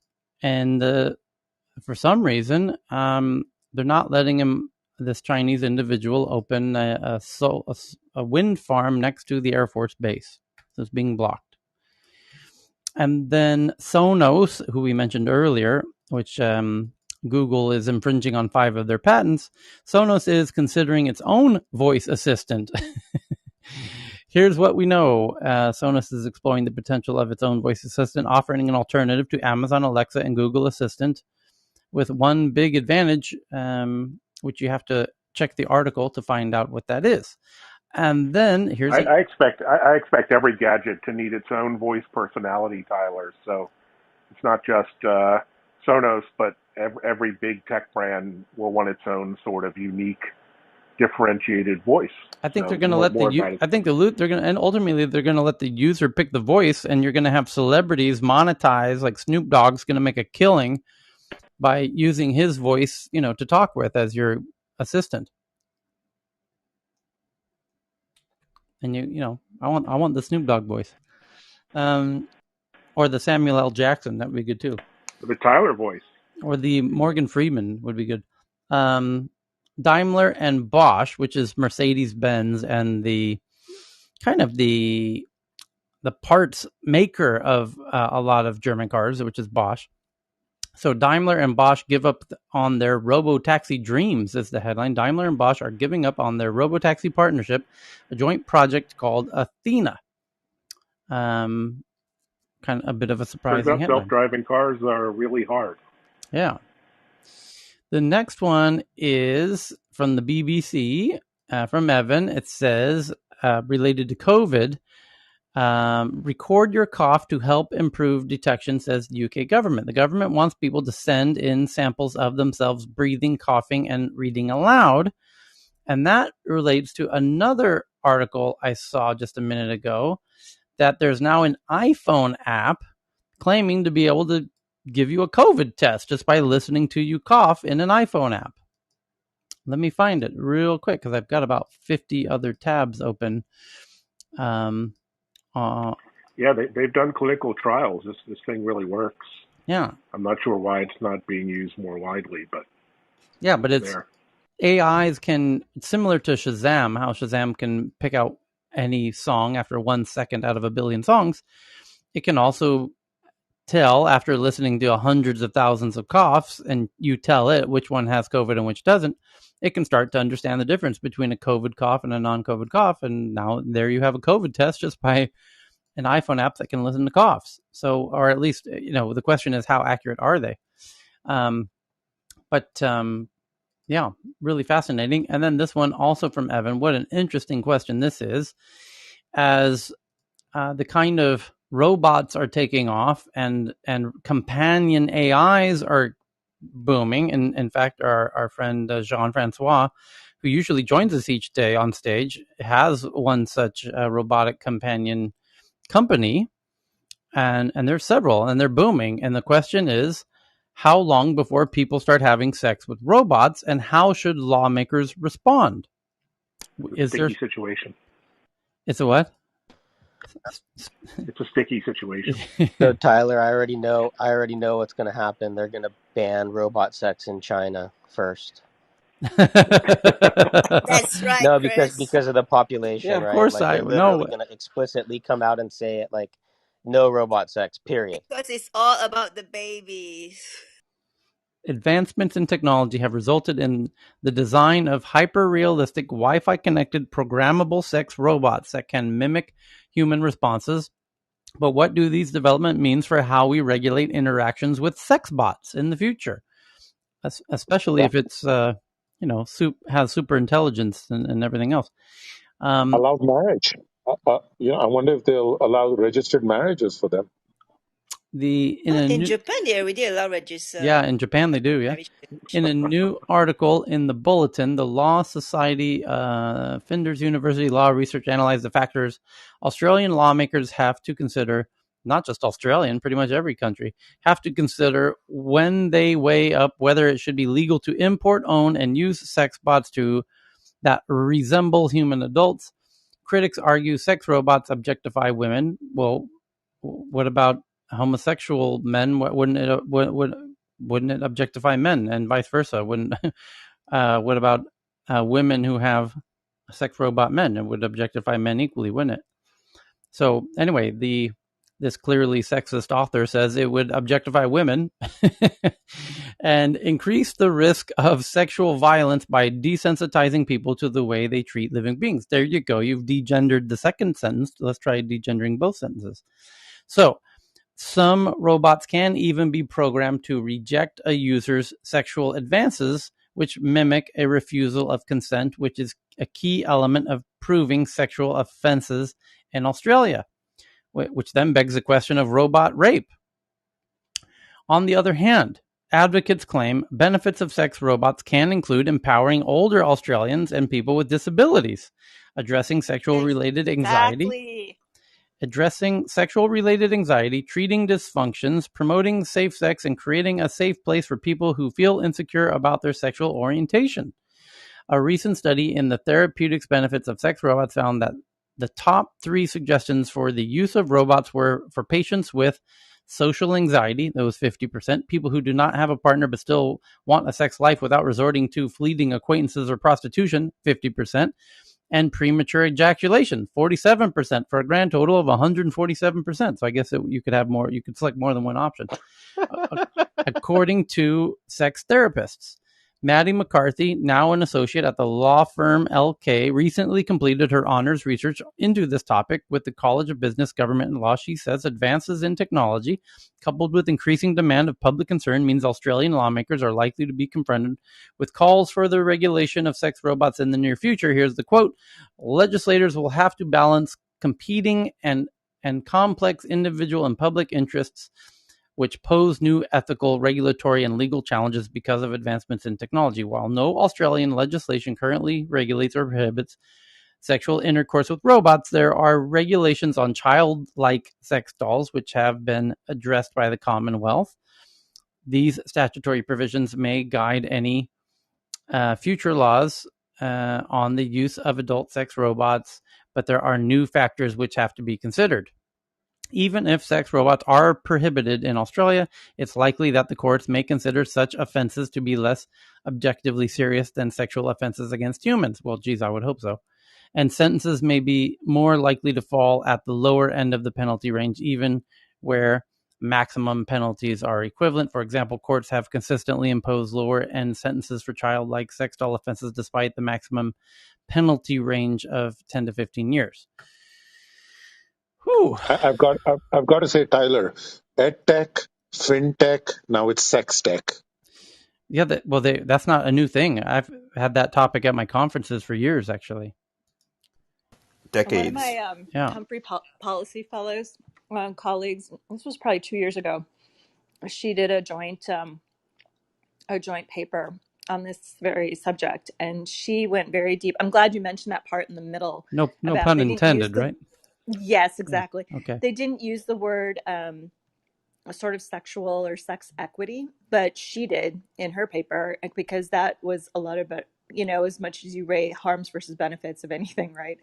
That there were a lot of benefits to be had from this sort of technology, and it was about kind of leveling the playing field for people who won't for whatever reason have issues there. And the other thing she raised in terms of legalities, if there were harm coming to such beings, she's like, there's she's the analogy of like, well, if I'm angry after a day of work and I go into my kid's toy room and pull out Teddy the stuffed bear and beat the shit out of him, how is that, like, where is the line, and is it because it's a robot, and what level of sentience would prompt that crossing over a threshold? It was really interesting. I'll have to try to find what if it was not a teddy bear but a very humanoid robot, and you beat the shit out of it? Is that abuse in the same? Why do we make a distinction of sexual contact with robots versus abusive contact with robots? Would you penalize somebody for assaulting a robot? Yeah. And I've said for a long time, Tyler, in this, to a few people in this room and my husband as well, if those of us old enough to remember the movie Demolition Man from way back when, I swear to God, that was the most like predictive, futuristically accurate movie of its time, because it was, sort of predicting this non-human contact, sexual activity, all the things that, are actually coming to fruition happening now. But then again, every restaurant will be a Taco Bell if you follow the Demolition Man timeline. Anna Marie, I gotta push back on that. Every restaurant will be a Subway. If we have our way with it. So the next headline from Dr. Fran from Yahoo Finance. Yes, Johan? The thing is that apparently Tahiti was hit by a 7.2 magnitude earthquake 2 hours ago, and that's just stopped services on the network. Yep.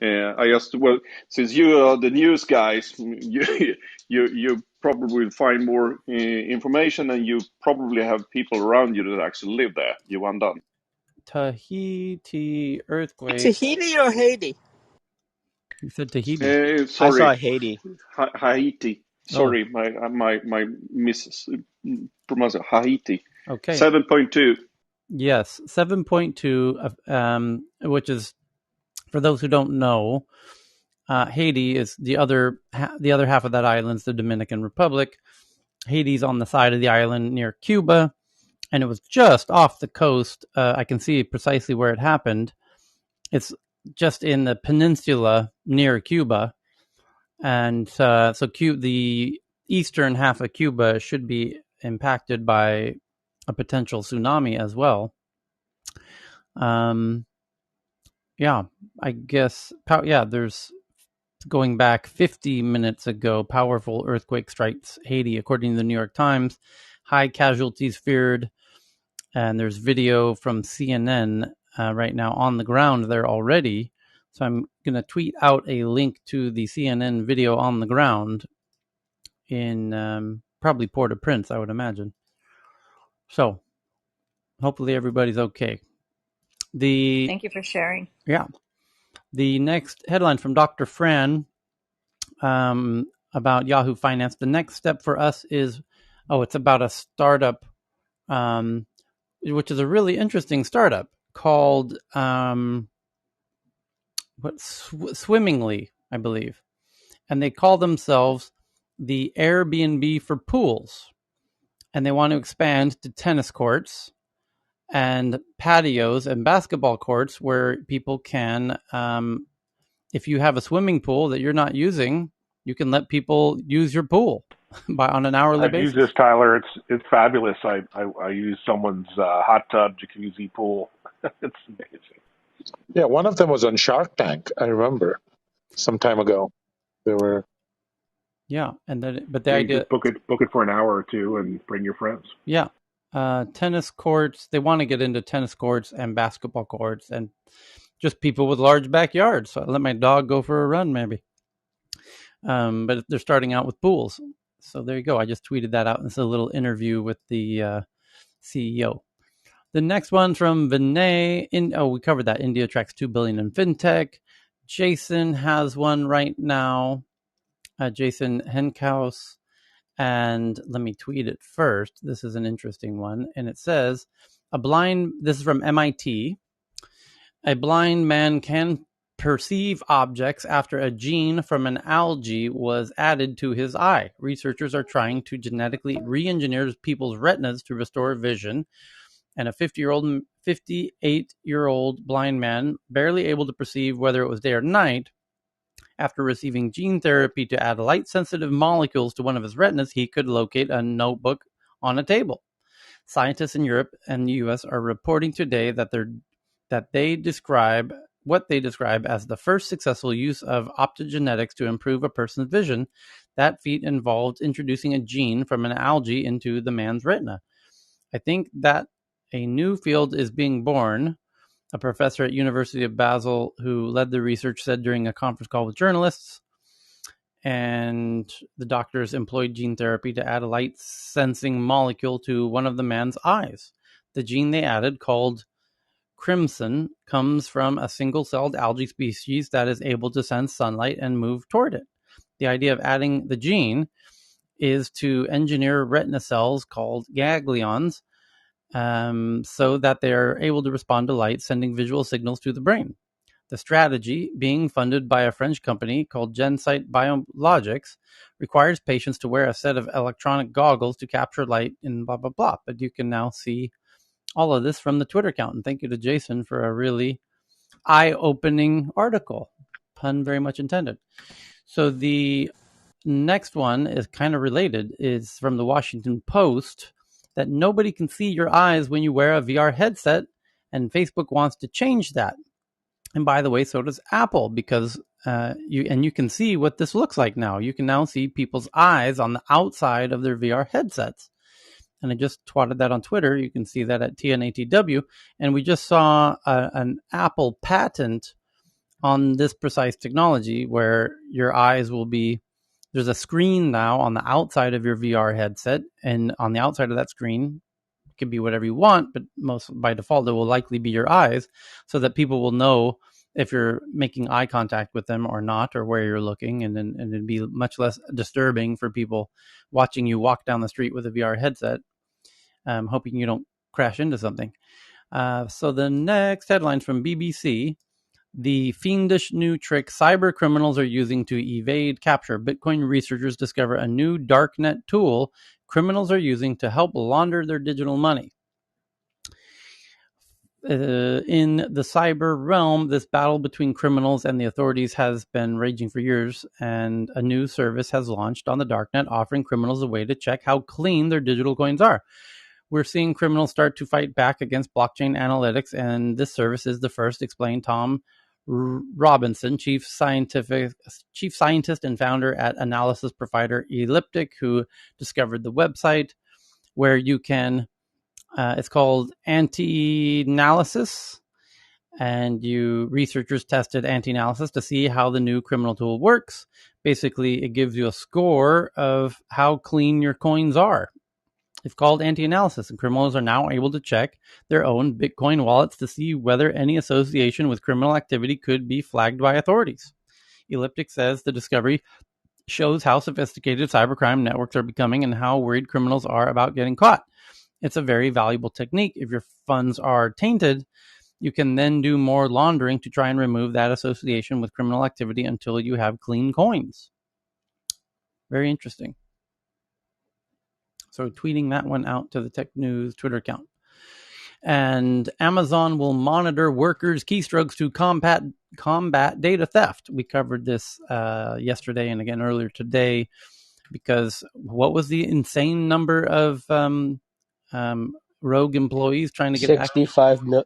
Oh, yeah, sorry. Yeah, around, it was something 60 million-ish. Reportedly are trying to get valuable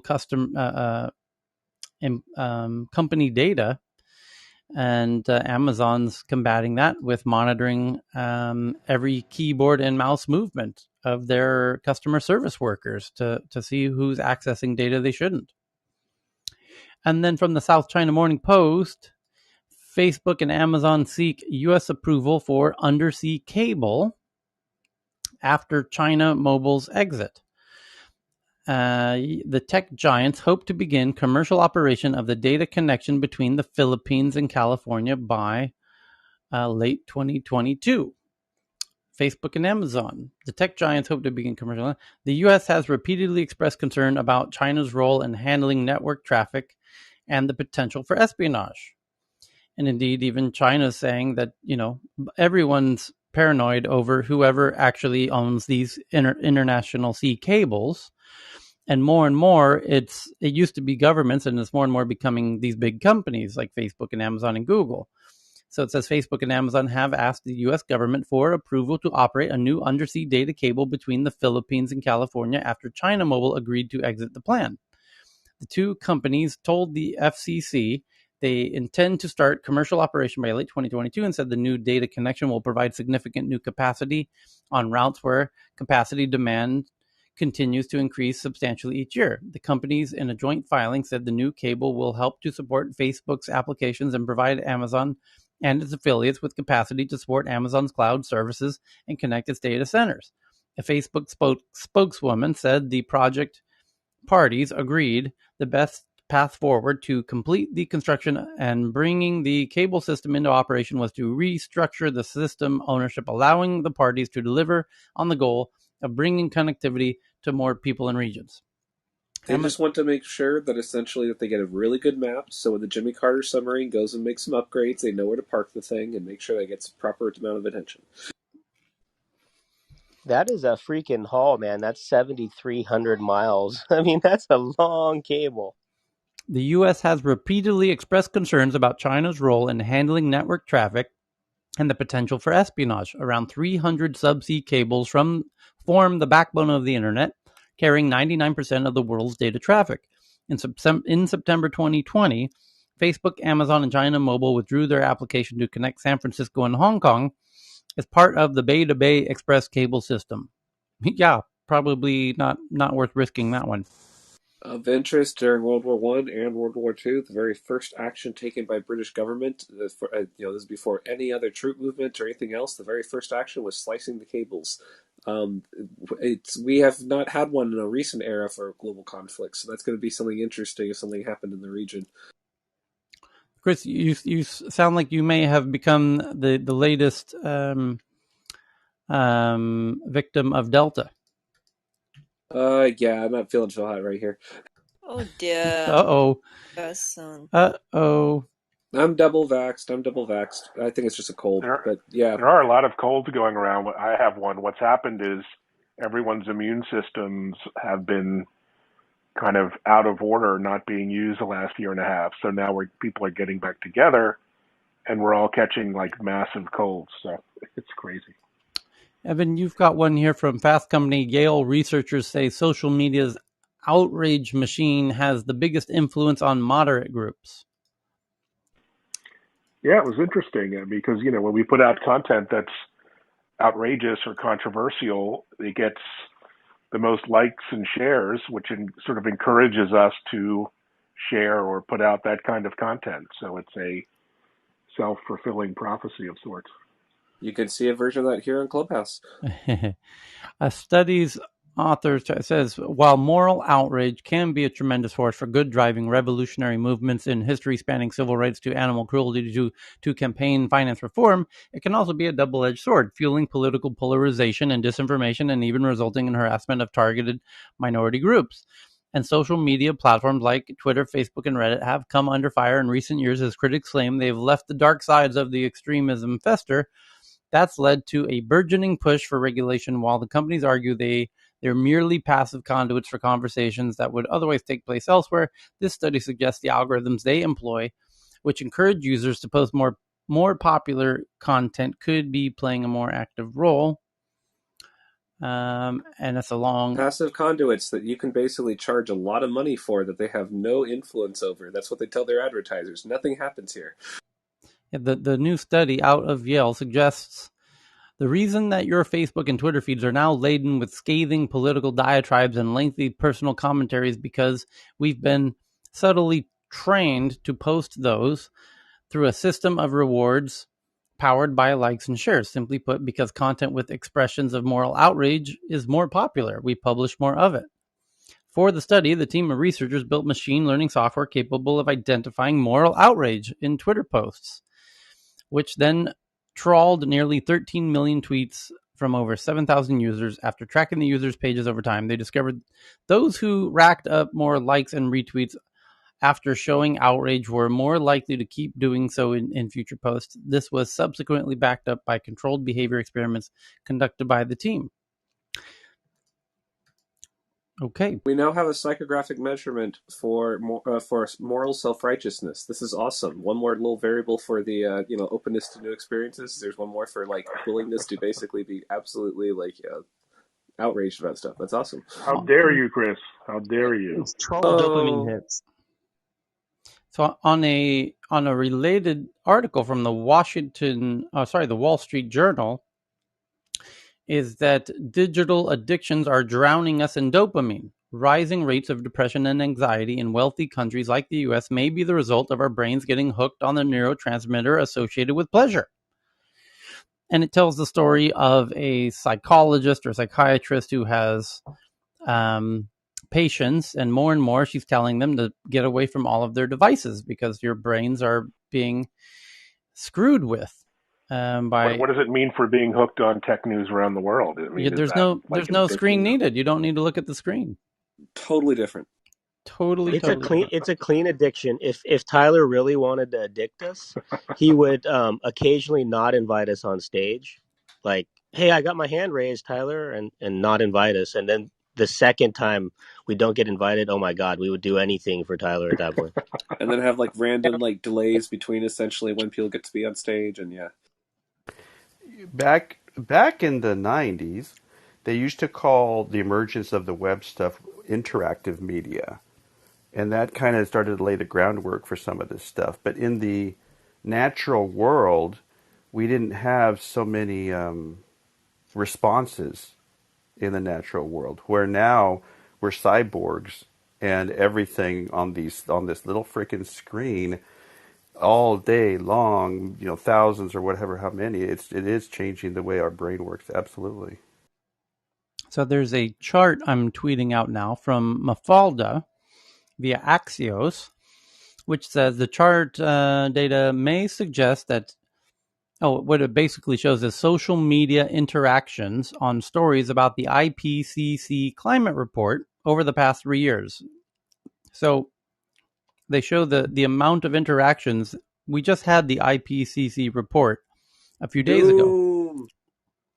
And here, this is a fun version of our Tech News Jeopardy. So, looking at previous years and this year's, start with between 2018, 2019, and 2021. Which year had the most engagement on social media? I saw it already, so. 2020. This year. 2019, I think, because of the election. 2020. Anybody else? 2019, since 2020 and 2021 has been all about COVID. I'll say 1990 because I'm trying to basically get a negative score here. Nobody got it. The answer was 2018. Where the hell is Messi? Messi. She's Messi is absolutely the sleeper Jeopardy champion of tech news around the world. 2018 had by far, in fact, 6 times more engagement than this year. 2018 had the most. I'd be interested in seeing what mainstream media coverage was like for the three reports. But the engagement is might not be the same. The engagement is going down every year. So with each new IPCC report, there's less and less engagement. They need to put more memes in there. Just really bump it up for for cross generational. I've been saying exactly this. This IPCC, they're actually doing themselves a major disservice, because every time they come out with stuff, unless they come out with memes of the planet exploding, people are just get the wrong impression from, because any kind of UN agency, you have to understand just how, for whatever reason, they have an unspoken rule that you must bore the absolute fuck out of anybody with anything you release, with anything to do. All countries have to agree what's said, so it's Yeah. watered down. Although this year was far more direct than it was in the past. They need, like, seriously, Tyler, if they had one of your pitch boot camps, we'd probably solve this problem pretty quick, because you gotta kind of tell the story right. Right, because when these How do you things measure engagement? Yeah. I mean, likes are not engagement. I mean, really. Yeah. I mean, yeah. Well, we don't. That's obvious. We don't know how they measured. They say interactions, but we don't know exactly what they mean by that. So we'd have to look up what the terms mean. But notice Dan brings up a good point with regards to the agreement in the report, but marketing the report is the issue. Yeah. They need to hire somebody who knows how to market, and they're refusing to. They save a little It budget. kind of raises the question of who is responsible for alerting the world. Like we're putting it on the shoulders of scientists whose job really is just to tell us what's going on, and it's really up to elected leaders, for example, to protect their citizens, to really tell everyone what's happening, and they are not doing that. It's actually even in the Paris Accord that countries will spend money on communications to tell their citizens about the issue of climate change, and they haven't done that. We should have a chief meme budget for every country, where you see meme spending over time for climate messaging, and you can use that as part of the marketing budget and say essentially which countries are contributing to the pot. You might be able to contribute for actual emission reductions, but at least you can have some fire memes about it. That would actually be, you see per nation on essentially their emissions meme reductions. Chief officer. Any astute management team who was responsible there would understand that they're trying to communicate some information. And so, they're not kind of buried as a research kind of, it's absolutely something that they need to freshen up that management team. But science is spoken. There's that piece, but that's different from the IPCC having having the right skill set. Right. Anyone who's interested, by the way, in contributing to communication efforts, David Fenton, who I interviewed on Clubhouse a couple times actually, is sort of a leader in knowing what to do in this regard, and is working on projects that could use funding to help get the word out. So get in touch with me if you'd like me to hook you up with David. So correct me if I'm wrong. It seems like the only half-baked efforts that I'm aware of were Al Gore's Inconvenient Truth 1 and 2, and Greta's kind of Fridays for Future marches have been really the only two even halfway meaningful efforts to drive any kind of awareness. Well, no, there's been more, but you're making a good point, is that it's hard to.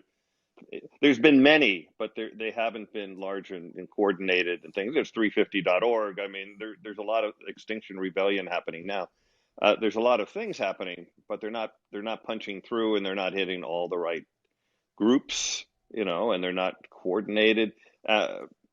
So yeah, so there's been lots, but not really impactful, and that's a big problem. You can, in some sense, say maybe that's the biggest problem we're dealing with, is that people don't truly understand the scope and the urgency of the problem. And if they did, maybe they would demand that their elected leaders do something, which they're basically not. So Dan, you had a couple headlines in the past few minutes here. One about the carbon capture. Maybe this will get people to react. Yeah.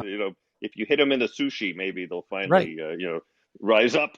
And there's an article about there's an article about how climate change is impacting sushi, because with the droughts and hot temperatures in California, it's hurting the salmon population quite a bit, because the water's too hot for the young salmon, and the flows are too low. So that's impacting sushi, and so therefore everyone should now finally get the pitchforks and rise up and do something. And by the way, sushi is it's not just climate change, but overfishing too is going to affect sushi over the next sushi rebellion. decades. Sushi rebellion. There we go. Then good news is in Japan we don't really like to eat raw Salmon isn't salmon. sushi, by the way. It's not our favorite. It's only Yeah, for I know, no. foreigners. But It's well, more of an sushi is American on the thing. way out too, by the way. But that's for overfishing, right? So that's one article. The other one is something I think I mentioned yesterday here on Tech News. Is that, but it's like an official article from Bloomberg. Is that this is actually in the IPCC report and doesn't get the attention that the other parts do. But the scientists saying basically are calling for carbon capture, or what's also called carbon dioxide removal, really needs to be ramped up. Well, it's not really happening yet. It's just more of a technology being developed because the only, CO2 lasts in the atmosphere for hundreds to thousands of years. So when we finally get really upset with climate change, it's kind of too late because whatever temperature you're at then is going to last literally for thousands of years. So the only way to get around that is to take carbon out of the atmosphere, which is a tricky thing to do because it's only 0.04% of the atmosphere. So you got to have some pretty selective filters to do that, but it is doable, and it's expensive. But it's a lot cheaper than not doing it because, as we're about to find out, the cost of climate change is enormous.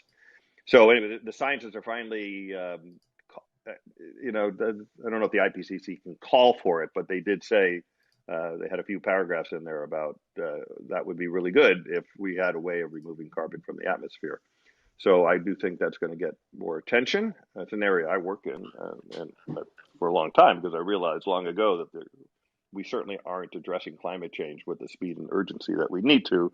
And this is sort of the one way, again, very expensive, way easier not to put the CO2 up there in the first place, full stop. But if you really ignore the problem for so long and you want to spend extra money to fix it later, that's one thing you can do. And they're calling for it because they're looking at these numbers and saying, "Oh shit, this is we're really not addressing this problem like we need to." For Anyway, so it folks that was want an like a article first, that I tweeted sorry. out.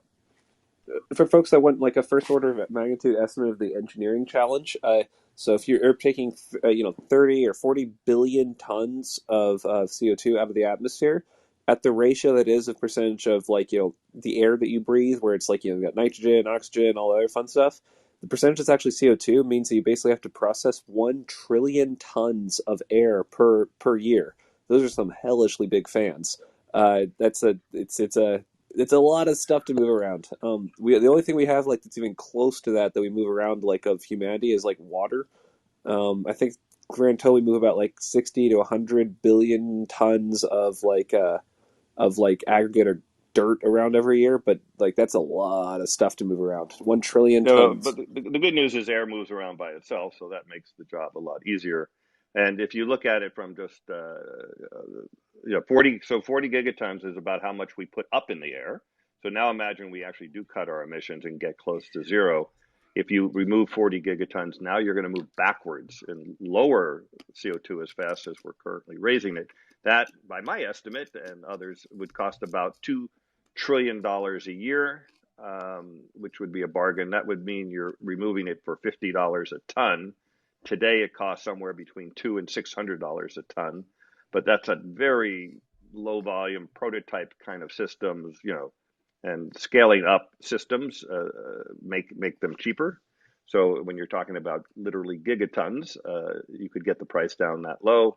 And we really should get cracking on it because it's going to take a while to scale something like that up. And the longer we wait, the longer, we'll be. And even once you're doing 40 gigatons a year, which is an enormous amount, remember, it took us a long time to build up the CO2 in the atmosphere, right? Many decades. So it's going to take, even once you're at that level, it's still going to take you many decades to slowly bring it down. So the longer we wait, the harder that all becomes. So. Other than the Gore movies, there's also another movie that came out, I think, probably 1 or 2 years ago called Seas Piracy. And it does address some of the issues, although I believe that there is some other under-table things going on in that documentary. But it's worth a watch for anybody who's interested. Okay. Yeah, That's but a good. be careful that Seaspiracy and Cowspiracy are sort of they're not like independent documentaries where people are just trying to look at it from a scientific point of view. They do have agendas, Of and course they therefore they've gotten criticized by the science community for having a lot of inaccurate information. that But doesn't surprise me. they're pointing to the biodiversity apocalypse that's going on, which from there's building awareness, and then people can kind of get more information. So it's valuable from that perspective. But Dan, also, isn't there well, hopefully, I guess what you're saying is that there is a solution, or at least one of the solutions for the sequestration is some of the things that you were just speaking to. And if we were to deploy a lot of it, it'll cost less, right? I mean, if we did a massive deployment. No, I'm assuming we deploy a lot of it. That's after you deploy a lot of it. It's currently about $200 to $600 a ton. So even at $200 a ton, that would be 8 trillion a year. So I'm saying if you deploy it at scale, and by the way, it's about it's on the order of the automobile manufacturing industry to build enough of these machines. It's less than that actually. So it's not too bad, assuming you do it over like 10 years to build it up. So that assumes already the high volume is built in. We're probably not going to be able to do it for much less than $50 a ton. It is a very difficult problem. It costs $50 a ton to remove CO2 today at 10 to 20% concentrations, from a cement plant, let's say, and we're talking about 0.04%, right? So it's a very tricky problem. But there's really cool materials that are very sensitive to holding on to CO2 molecules and letting the other molecules go by, and then you use earth energy in different ways to help power the thing because it takes a lot of energy to run this stuff. So there's a lot of challenges, but it can be done, and we really better get cracking on it. There's been very little government research funding. I think that's going to be changing right now, partly with this call that the climate scientists are making. But up till now, it's been very little funding, really tiny Hey compared to Dan, other stuff. Yeah. you talk always about the sequestration, but I'm just a little more curious about the part where we don't only talk about carbon and we start thinking about it from a little different perspective, because this toxic economy that kind of we play into is like, well, the more we can sequestrate it or tie it into something else with innovation, while not going to the root cause of the whole issue, because it can become this weird loop where the more we produce, the more we can create markets for carbon, and it becomes this like self-playing piano, if you will, as you say in some countries. So I'm a little worried about that perspective that I don't think is discussed too much or enough, going to the roots of why we're in the hole we're in. You mean From the beginning. overconsumption, you mean? Or Well, if you have carbon, if you have this carbon economy and you start creating these huge fans, what's to say that, well, okay, we can just continue basically doing what we're doing? I mean, if we play into that hole, where we're like, even all the SDGs, basically every single one of them are just indicators of symptoms. None of them have nothing to do with the root causes. So you could some people basically say sustainable. we could basically say that, hey, every single company could say, hey, we're sustainable. Yes, and we're sustainable. But they're still also creating the problems, continuing creating the problems that we're living. So in essence, no one's really trying to access the root causes of where we're living in. So when it comes to sustainability, there should be better measures of what we mean with sustainability, or redefine growth, or redefine value, in essence. Because the carbon talk makes it just very poor and just a very symptomatic argument in the end. Well, you're right, and actually we had some rooms on that actually, Climate Chat Club, exactly what you're talking about. But so carbon, when you're talking about carbon, you're talking about climate change, and climate change is one of many planetary problems we're dealing with right now. Overconsumption is another big one, and species loss, and so it's not, and species loss is related to climate change, but it's not only climate change; it's also the fact that we're disrupting habitats and we're doing all that kind of stuff. So yes, they're all really big problems, but climate change is one of the big ones, because if we don't address that, I guess you won't have to worry about the other ones. So I'm focused on that one, even though the other ones are big and real, and they are related to population size, that even if you're, quote, sustainable and don't do much, if you have 8 billion people, they're using a lot of the Earth's resources. We're currently using about 1.5 Earth resources. I'm sorry, 1.5 Earth's worth of renewable resources, like, cutting down too many trees, for example. It's a, if you were growing trees, you could cut them down every year, but not if you cut down more than can grow. You're obviously eating into your principal rather than just spending the interest. And so, yeah, these are really big problems. Hey Dan, Huge. on that point, I think it's really interesting to think about why it's so difficult to communicate the urgency of the situation to the average person, let alone the average politician. And there's an analogy between what's going on with COVID denial and climate denial or neglect. And in the COVID space, it's really hard. And Peter Diamandis of Singularity talks about how it's hard for the human brain to wrap its head around exponentials, to just raw exponential thinking. So here we had, as an example, India show the exponential growth of Delta. Then the UK show the exponential growth of Delta. And right as we're beginning to detect Delta in this country, CDC says no more need for masks. Right at the inception of this exponential growth curve, which reflects a severe negligence of the understanding of exponentials. Similarly, on the climate side, what people have a hard time wrapping their heads around is the positive loop cycles, the vicious cycles of the more the permafrost melts, the more methane it releases, the hotter it gets, the more that the ice caps melt, the less reflection of sunlight there is, the more that the marine layer disappears, the less reflection of light there is. So that there's a great documentary called Breaking Boundaries, which very clearly in very accessible terms calls out 9 distinct positive feedback loops and the interaction between them. So every one of these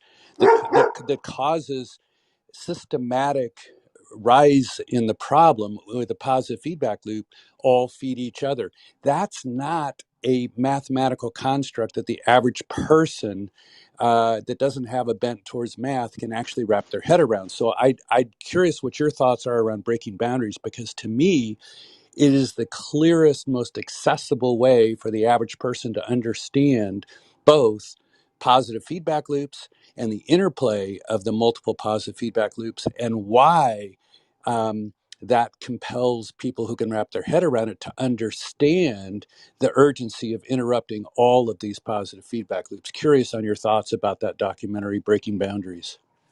Well, I haven't seen that particular one, but I agree with you that people don't understand exponentials, and that's very dangerous.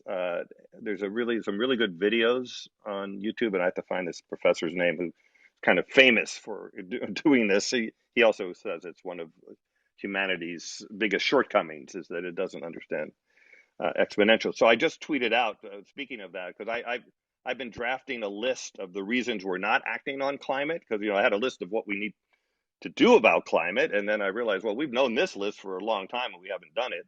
So I started thinking about why we don't do it, and it's a very big list. But one of the items on the list is human cognition section is the failure to understand exponential growth. Well, And it's in addition to exponential growth, and that's why I was trying to make an analogy, but not a replication of the issue. Because in climate change, it's about positive vicious loops, positive feedback cycles that interact with each other, which is a little bit. I mean, it does have an exponential effect, but you have to understand the risk of a positive feedback loop and the fact that there are 9 of them and the fact that they all feed each other. I'd really encourage you to look at Breaking Boundaries, because John? I think it clearly articulates that in a way that's accessible to most. Yes.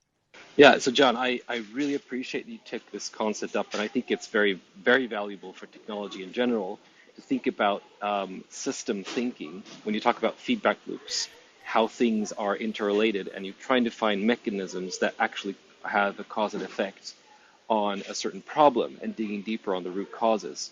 Because then you can actually create some real radical or disruptive or whatever buzzword you love, innovations when you start looking at those. Because yes, I totally agree. It's vicious, and there are these feedback loops that need to be addressed and not taking things on kind of face value, because you can throw numbers at basically any problem definition, but if you don't really do the digging, you might just cause a little more problems than actually solve things. Hi, this is Heyman here. I'm just wondering, what are the big words you're saying? I'm just speaking for humans who can't get the environmental handle on this thing. I love it. Exponential growth, you mean? What is it? No, I'm just saying, like, I'm wondering why we're not succeeding is the fact that we're not actually reaching out and getting people to I'll give you. understand it. By the way, I'll give you an Big example of things get big exponential growth fast. that's very direct and affects all of us. So we all believe in, well, not everyone, but the humans in general believe in having a capitalist society that grows every year, right? We want to have, let's say, 3.5% growth every year. Not everyone, So but That's yes. not Western everyone, not culture. everyone, but that's sort of the That's mainstream. that's the big problem. So what you just So stated. let's just say we came up with that idea 3,000 years ago, somewhere in China. They decided, hey, we want to have this thing where we grow our economy by 3.5% every year. And let's say back then, at 3,000 years ago, the entire output of the world was 1 cubic meter of stuff. That's the entire output of the world, but it grew by 3.5% every year. And so now it's today, and you ask the question, how much stuff would we be making today, and would it cover the Earth or not? And the answer is yes, it would cover the Earth out to the orbit of Neptune. Okay, How far is Neptune? Neptune is pretty far, and I'm not talking about Oh, like okay. a disk. I'm talking about a sphere the size of out to Neptune, so way bigger than the solar system by like unimaginable size. And that's all with just 3.5% growth over 3,000 years. Um, you can do the same thing with population. There's in this video that I got to find the guy's name who talks about exponentials. He says we will not continue to grow our population because after 500 years, you would have one person per square meter on the Earth, on the surface of the Earth. So you figure we're probably not going to get to that point where there's just one person per square meter. It just But hey, doesn't Dan, what work, if you right? redefine what you mean by stuff? Stuff doesn't have to be Oh, what digital you stuff. well, it doesn't have to be necessarily the stuff that creates the growth that actually harms us. So that's what I'm talking about, redefining the value that we're trying to create, right? Right, there's this idea of embodied energy where everything physical product made basically has like pollutions or CO2s built into it. When you muck with a lot of these base variables about like what happens if you have like a polymer, what happens if you have like a plastic product that's made to be last a few hundred years, not be a renewable thing that degrades in the ocean. What happens if it's made There with you go. renewable energy that makes it, and what happens if it's basically made in a form that actually ends up offsetting a large number of other things. There's a lot of weird like exception cases that kind of get kind of interesting. In the post scarcity rooms, we talk a lot about some of the more bizarre scenarios where it's like, oh, we're going to be approaching about 10 billion people here on planet Earth, but what are scenarios where we could approach 10 trillion? What would that look like? What technologies would be empowered? If you're saying like, hey, we can have enough stuff to go to Venus, it's like, well, what happens if you want to basically disassemble Mercury? These might seem a little more like far fetched, out there type kinds of things, but a lot of these are based on around the ideas of exponential feedback loops, except instead of applied to things that can hurt us, there are versions of this that can actually be extremely beneficial. But a lot of this means going back to those basics of going, where does the energy come from? Where does the mass come from? And how is it being used? And right now, because we lack that accountability in the overall system, it results in, well, the worst version being chosen normally. So we have a lot of options available. It's just a matter of which paths we end up choosing. But also, Well, I but mean, but exponentials say you can't do it. I mean, you can't. I don't care what kind of stuff is it. If you're talking about making more stuff than billions of times the mass of the Earth, remember that. That's what you're doing, right? I mean, you It's not. could, It's but not. I'm It's just not talking about just the theoretically crust. possible. It's the culture, as like. Pardon me if I didn't say your name properly, but Dan, you said it. You said it perfectly. You stated it perfectly, and it is. But it is the root of the issue. It's this Western consumption growth has to be up to the right that has emerged and has been the dominant driving global culture. Now we've been exporting this, right? Everybody wants a car. Everybody wants all these things. The conspicuous consumption it was a great way to describe it, and the culture, the systemic expression of that culture is the culprit, full stop, where climate, biodiversity collapse, all these massive systemic degradations are kind of those are the symptoms of the problem.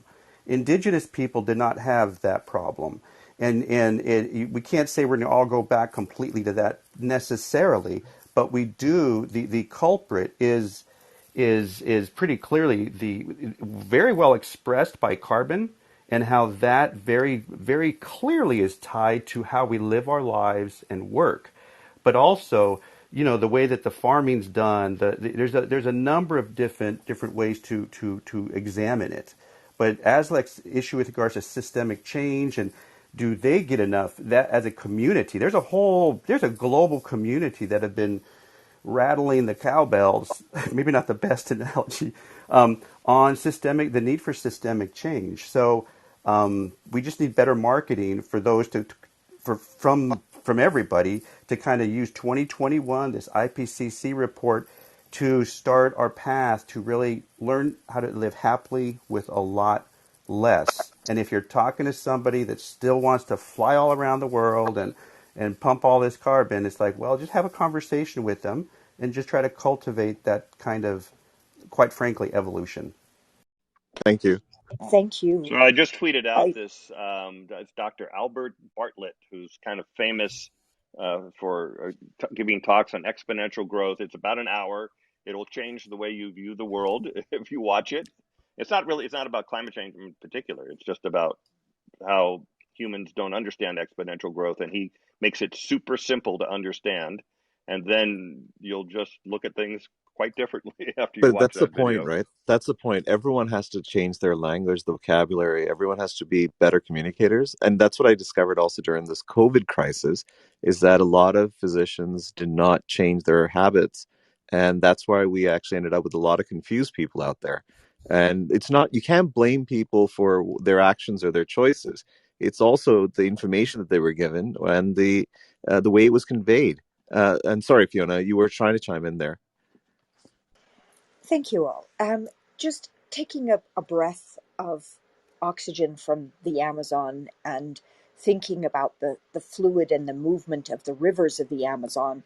And right now, with the fires and also the large outbreak in many communities in the Amazon, we talk about the the conservation of climate, and we forget to think about perhaps including those that are the tenured landowners of the 8% of the tropical rainforest and its value towards not just ourselves but all our next generations going forwards. And I bring that into a specific context because the inability for some of the IPCC report to be inclusive, to actually look at driving solutions for um, cultivating and regenerative models that already have existed for thousands of years and bringing that to the forefront for us as knowledge. And what defines a scientist? Is it the indigenous woman who knows the value of all the cultivated plants that they have curated over hundreds of years, respecting them for their value as medicine? Or is it a scientist sitting at Harvard? It's just a question I place, because what is the balance act that we can hold and learn from? And so that is what I was just hoping to bring to the light, was this ability for us to take a moment, to take our breath, and to think about how we individually are responsible, and then collectively as educators, as doctors, as climate scientists, to be inclusive in being able to see other visions and see how we can collaboratively finance this. We do need help. Their carbon is one thing, but restoration and regeneration of already the loss of our great resources is what we need to take action for. So thank you. This is Fiona. Hey Fiona, this is John. I'd love to get your thoughts on a directly related issue.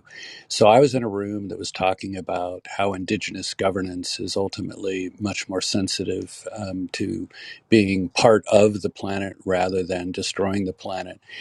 And one of the questions I raised there, which didn't go over well at all, was how do we scale? What examples do we have of systematically scaling the kind of ethos that every indigenous culture represents in with respect to their relationship to the environment? So is there a good video that's accessible? Is there a good book that's accessible that could help us understand how to reintroduce the ethos of Aboriginal societies at scale? Because I think we all admire and respect the Indigenous ethos that respects nature, and we all want that to scale. But are there good models about how to scale that vis-a-vis the prisoner's dilemma and the corruption that occurs at the top of nearly every form of governance? Is there Hey, anything John. that can connect the dots between scaling indigenous ethos and governance vis-a-vis the prisoner's dilemma? Yes. Yeah, please tell me what it So I is. this would is like to Nobel chip in there laureate. too. So this is from a Nobel laureate, Elinor Ostrom, a Swedish Nobel Prize winner. So look up Elinor Ostrom and follow her research after she died, unfortunately, what has been put out. So she talks about governance principles for common good. It's really good stuff. So I recommend anything around that, and also, of course, any, I guess, popular science literature referencing to those researchers. It's very valuable stuff over there. By the way, Excellent. she's American, but she's Swedish in Yes. background. You're right. Sorry, Um, Sorry. Aflac, I can't give you Sorry. I everything always to have to. Sweden. You're right. You're right, Eamon. You're I totally right. can't give everything to Sweden. No, yeah, you're right. You're right. Sorry, and Fiona. I, I, I'm a part of the advisory board for a group that is discovering and working with researchers and scientists and indigenous communities, and it's called the AmazonInvestor.org. AmazonInvestor.org. You will find a lot of material. There is information on governance, law, indigenous rights, as well as investing into a collaborative, cooperative format type projects, and really looking at empowering how we can learn together with indigenous communities, and what are the essence that projects that we can collaboratively cultivate. And like I said, that happens to be just for the Amazon, but the resources are there. It brings up a lot of the research from a lot of the NGOs that are working on forests and cultivation and indigenous community rights, and supporting the next steps. I think that's the thing, is it's we everybody takes one step at a time, and you chew the herb that teaches you about your essential wisdom that you have time to work with on this planet. Thank you. Is there a Fiona, chance? I Is there would a love chance that to possibly work with you on something, because I've been working on autocatalytic networks, which are, in their essence, they are networks in which the products of one reaction are the inputs to another reaction. And we've been applying these to cognition. And so basically, worldviews, understandings of the world and understandings of our mind, which are coherent in this way. And we've been using the word feedback here, but it's more complex than feedback. And mathematically, it's a higher level of integrated collective behavior of a system. And so I've been working on sort of formal theoretical models of this, but I think it has obvious applications to the evolution of the kind of worldview, the kind of understanding of our world, so that our sustainable worldviews can lead to a sustainable interaction with the world, and a world that is sustainable. So this is a very sort of formal theoretical approach, but I think it has direct applications, and I'd love to pursue it. it would be awesome if Dan and Fiona and Leanne and others would do a room on this very topic and bring in some of the biggest influencers on Clubhouse to get a large audience. I think that getting at these conceptual frameworks of possibility, plausibility, and hope with respect to the relationship of accessible understanding, governance models, and actionable ideas could be profoundly helpful. I mean, it kind of sits squarely in the center of the virtue of Clubhouse to be able to bring these kind of disparate disciplines and people to approach the same problem in a way that could, have a very big impact with a couple of thousand people. If we get some big influencers to help you build the audience, that could be very powerful. Hey, this is Corey. I just wanted to address about the human side of change and really the incentives of our culture. And we can come up with great solutions and even show them mathematically or statistically what the right thing is to do. But one of the things we're seeing here, kind of going back to the human population issue, is when you combine our incentives as a culture to collect materials, to be materialistic, right? Like at least in the US, and more things is better because you can keep up the Joneses, that sort of mental cultural concept. And then you'll combine that with like the idea of us trying to live longer, and then combine that with automation, which allows us to collect more things. You get into the situation where we actually start producing a lot more than our planet can hold necessarily. So my whole point is even going to maybe even think about like a minimalist approach and convincing people that minimalism or not collecting things is the best way to go. That requires human change. So in this whole equation, once we come up with these frameworks of models and policies, ultimately you got to get people's behaviors to change. And right now we're very much on the collecting of things in general across a lot of the human race. I think that little logo, reuse, what is it? Reuse, recycle, do you know what I mean? The little three. Repurpose? Well, in Canada, on all the garbage bins. Yes, Reduce. Thank you. Reduce, reuse, recycle. Like that captures the essence of it. And if you can get, good artists to take the essence of these complex ideas and create little symbols like that even a child can understand, I think it'd go a long way. And remember, a child was the one who actually got all this movement even rebooted, right? Greta. So, I mean, just have to realize that we need to involve everyone in this think discussion. you got to get little Nas and little Bow Bow and the grime gangster rappers of Atlanta onto it, and then you'll be on your way. But until little Bow Wows, actually, they're already until on the it. Kardashians and Kanye and the little Bow Wows and Gucci Man are on it, good luck. Box water. I guess I'm not a good person for this because I don't even know some of those people. And Dan, Tyler, that's the problem. Yeah, you hit the nail on the head, Tyler. I Because agree. Kardashians are selling pharmaceuticals now. Yep. If you watch TV, they're selling pharmaceuticals. Oh. I know bullshit. I know who they are, but I don't watch any of those. But speaking of rooms, by the way, I mentioned carbon capture before, and I'm really excited that on August 23rd at 11 a.m. Pacific, I'm going to be interviewing Klaus Lackner, who is known as the godfather of carbon capture. He's been working on this longer than anybody, really long time ago, working on ways to capture CO2 out of the air. He wrote a really kind of a big Scientific American article about this long ago, and sort of got everyone sort of thinking and talking about it.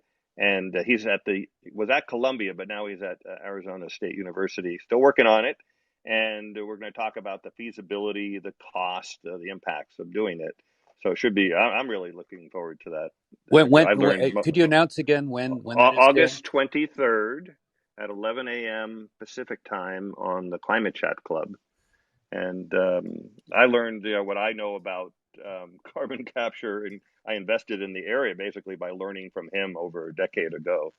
And he's a super smart guy, by the way. So I think people would, if you're interested in the subject of carbon capture, you'll definitely want to listen to that. So, well, one related headline from the New York Times is that a Sicilian town sends an omen of a much hotter future. Floridia may have hit 124 degrees Fahrenheit this week, possibly the highest temperature ever recorded in Europe, offering Italy and the entire Mediterranean a glimpse of more to come, is the headline from the New York Times. Floridia? Sorry. What's with all these Floridia? It's in Sicily. So a small long shot U.S. company will a small long shot U.S. company end up producing the best coronavirus vaccine? Novavax vaccine shows markedly stronger responses in early human trials. John, any thought on Novavax? It's one of several very promising contenders for that throne. So yeah, keep your eye on it. It is promising data. It's a promising approach.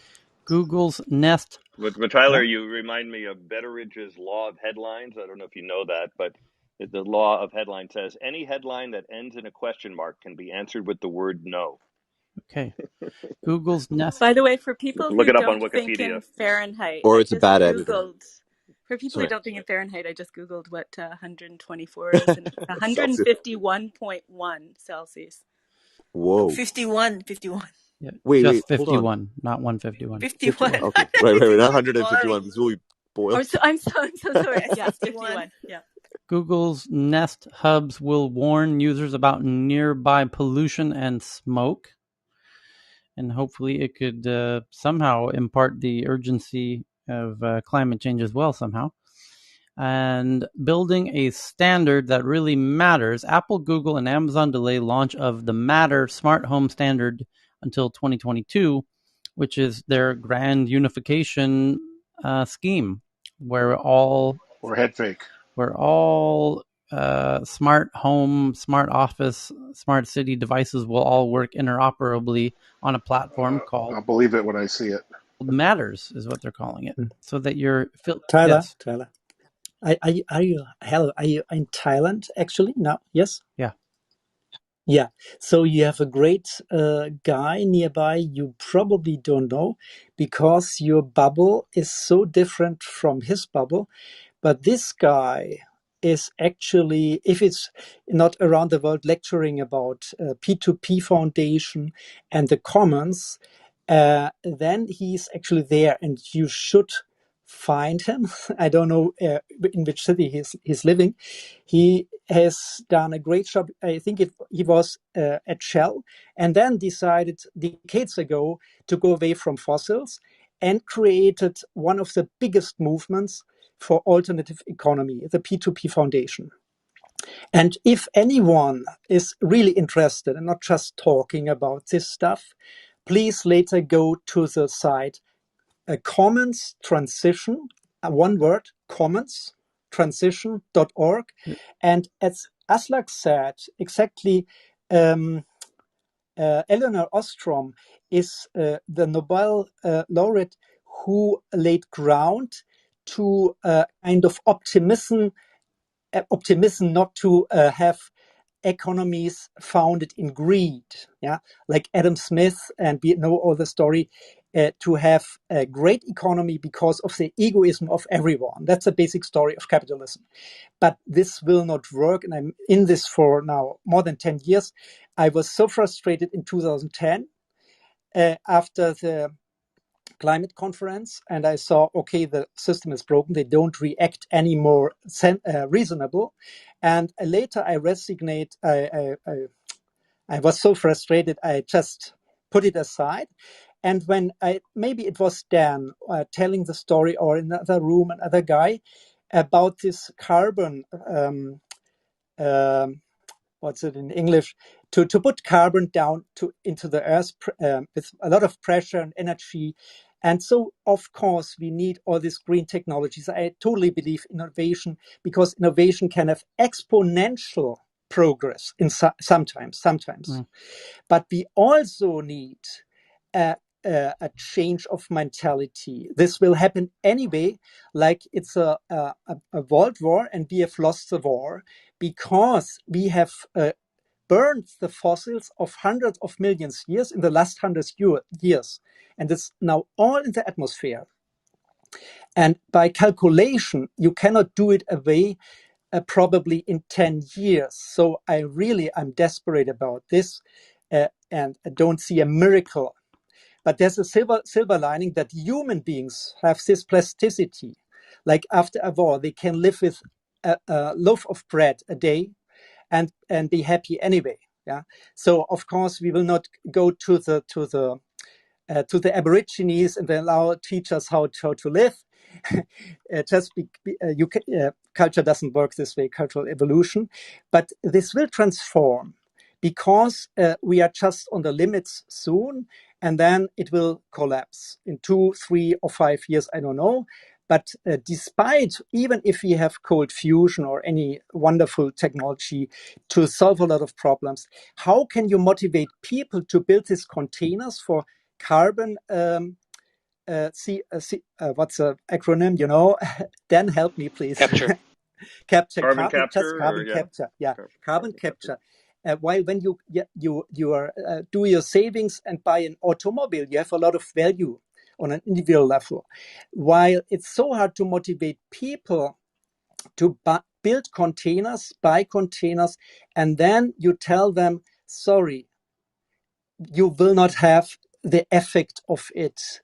Only maybe your grandchild will feel the difference. How can you motivate people with a mindset that we have today? That's a real big problem. Thank you. Willie, I think you're talking about Michael Bowens. He's a Belgian guy. Yeah, exactly. Yeah, he lives in Chiang Mai, which is about 2 hours by airplane from me. So, but yeah, and we have telecommunication, though it's not really that you have to go there. But I always said, hey, why I should ask Tyler what maybe he know this guy, because really a different bubble, and he has created such a big network over the years. Now he's over 60 and a bit tired maybe after all. But he's the thought leader of a huge movement. And it's not just a Facebook group or something. It's really thousands of people and many projects. And so there's a really line of hope, because you can have another economy and be happy on an individual level too. That's the hope sign here for me. Thank you, Willie. So Evan has an article from Axios about robots are the new farm hands. Farmers can use their smartphone to operate machinery in the fields with autonomous tractors. And Katerina, listening. Yeah, I mean, you can't find farm workers now. I mean, literally, crops will die in the fields unless we find a way to get them to the table. And so farmers are going all in on automation and AI. Yeah. But it's not working around the globe. This is the biggest challenge, is the cost and the measurement and the technology, and who fixes the drone after we've tested and done our land entitling, and who checks the soil samplings, and which labs are accepted and not accepted. So it's a very privileged perspective to think that farm ag right now can help perhaps. I'll use another tone. It could help support monitoring of toxic chemicals that are killing a lot of Americans who are creating a lot of this technology. That's a very strong word, but I'm thinking a positive way that technology can be utilized for production of agriculture. But how do we take that and monetize it and work with it so that every person on the planet, or farmers in Africa, and those that are now being asked, if they get a loan, they need to be monitored. If they get an investment group that comes in, they're asking me, what are the metrics? How do they measure all of this? Who can afford to measure it? Good question. It's big agriculture that's spending the big bucks on technology. So yeah, we just need have to look at that. We need new technologies of little robots we can plant in the ground that self-replicate on solar power that are edible, called plants. And then we would, if we could only make those, I know. Made of lettuce. Yeah. Made of lettuce. Yeah, and some kind of organic material. Highly nutritious, even. It would be fantastic, wouldn't it?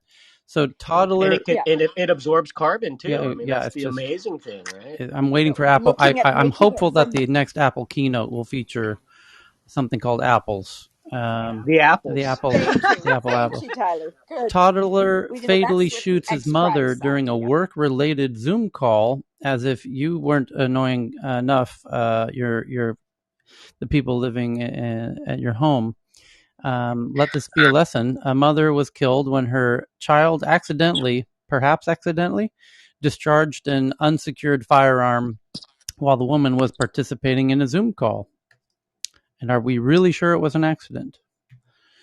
10 years ago, this was science fiction. The rise of weed-killing robots is the headline from Joe Williams. So that goes really well with Evan's robotic farming tractors. This one is a a weed-killing robot. The makers of robot weeders say the machines can reduce pesticide use and be part of a more sustainable food system.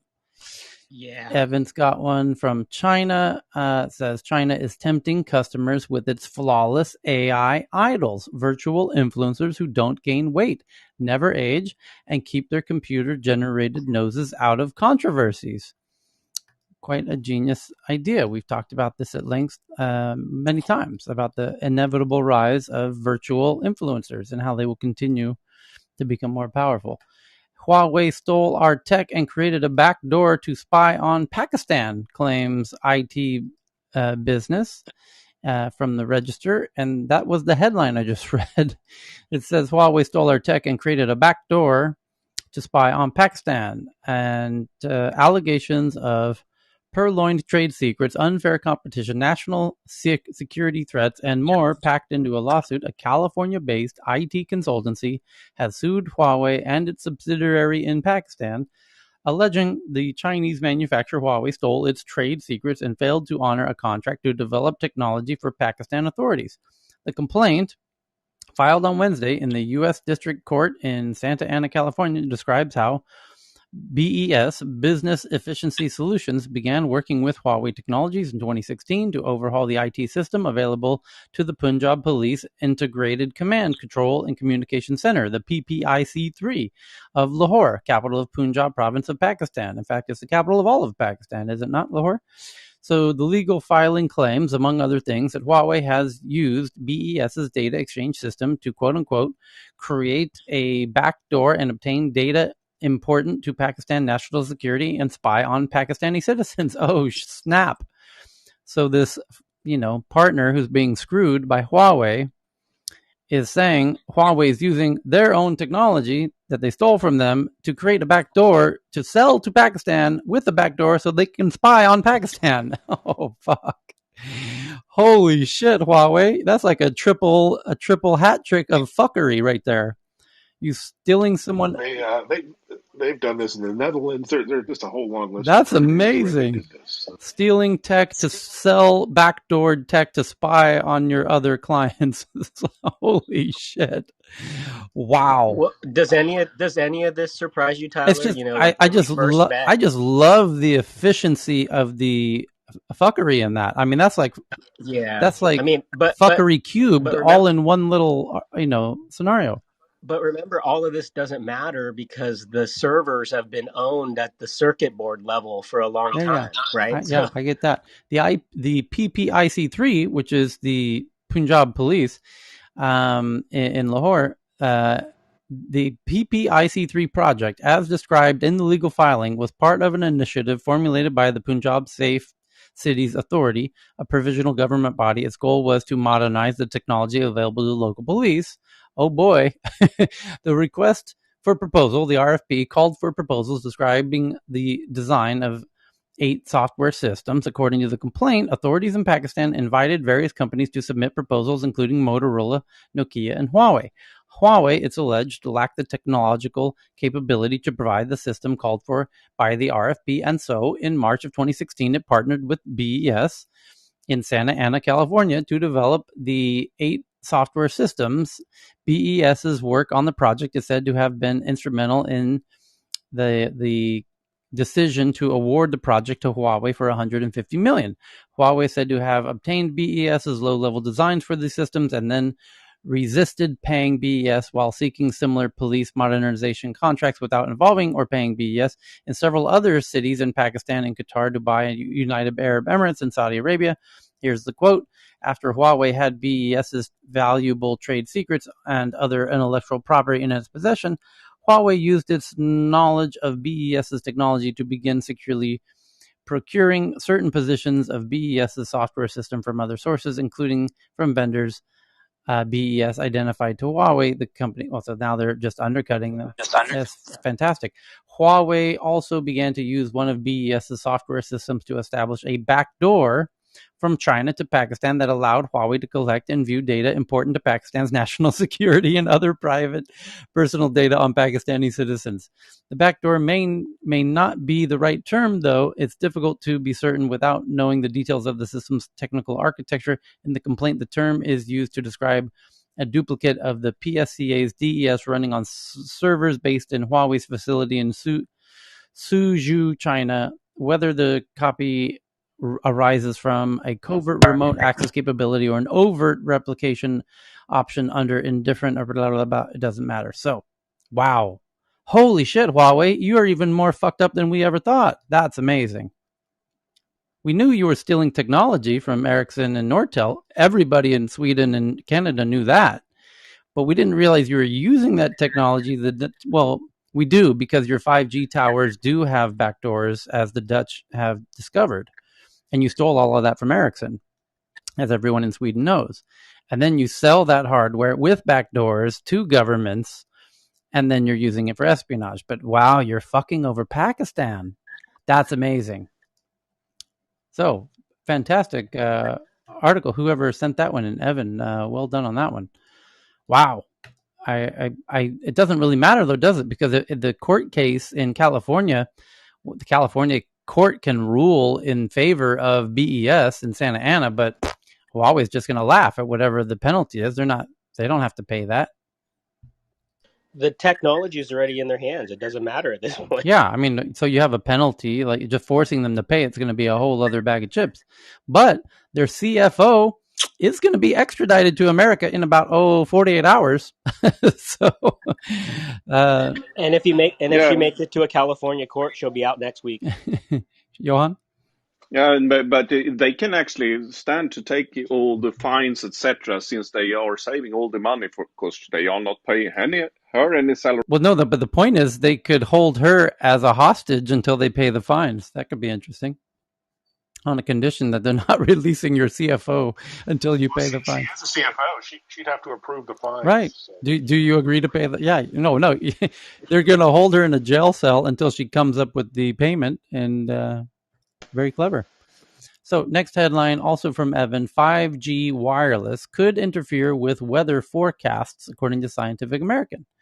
Spotify has an app on the smartwatch, on Apple smartwatches, but also on Android smartwatches, which is called Wear OS. And now Spotify's Wear OS app is getting offline playback in the coming weeks. So you'll be able to download your songs directly on your watch and play them back without any connection, while you're running on the beach in some foreign country.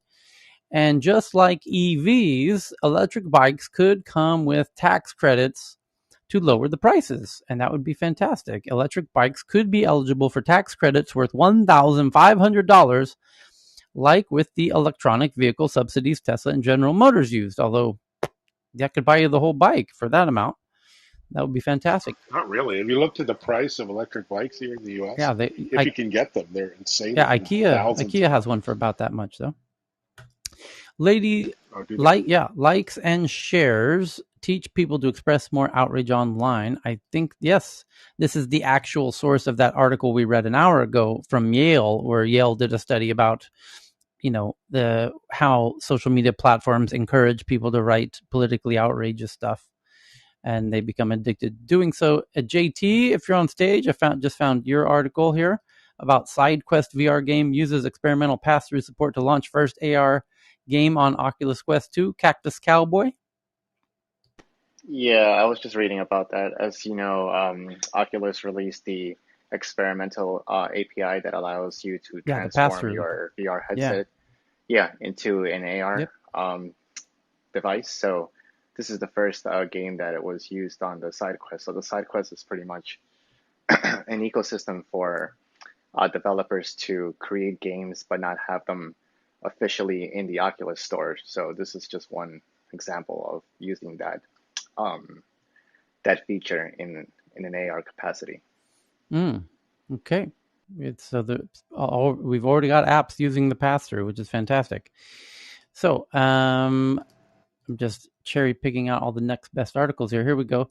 Johan, you have one here. Users sue Facebook over deceptive advertising practices. I can't believe that. I can't believe Facebook would do anything deceptive. Jan, how dare you? Yeah. How dare you, sir? This was a link that I actually found after the two other we discussed where Facebook has made move against projects that have been trying to mapping these ones, and now they are striking back in some kind of way. Social media platform Facebook has been served up with a lawsuit accusing it of actively soliciting and assisting scammers for its own financial gain. These lovely people at Facebook, they're just, they just want to connect the world. It's about helping everybody come together, connecting you with all those idiots you went to school with.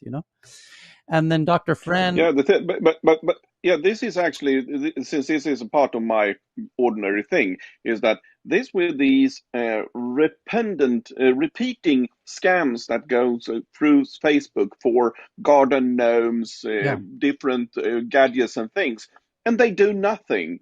We report them, and report them. They are still coming back, new domains, same text, same graphics. Why can't they block it? When they can find a nipple in 200 meters from a picture of a beach, how can't they block these ones? I can't understand it. What's the garden gnome scam? I haven't heard of the garden gnome scam.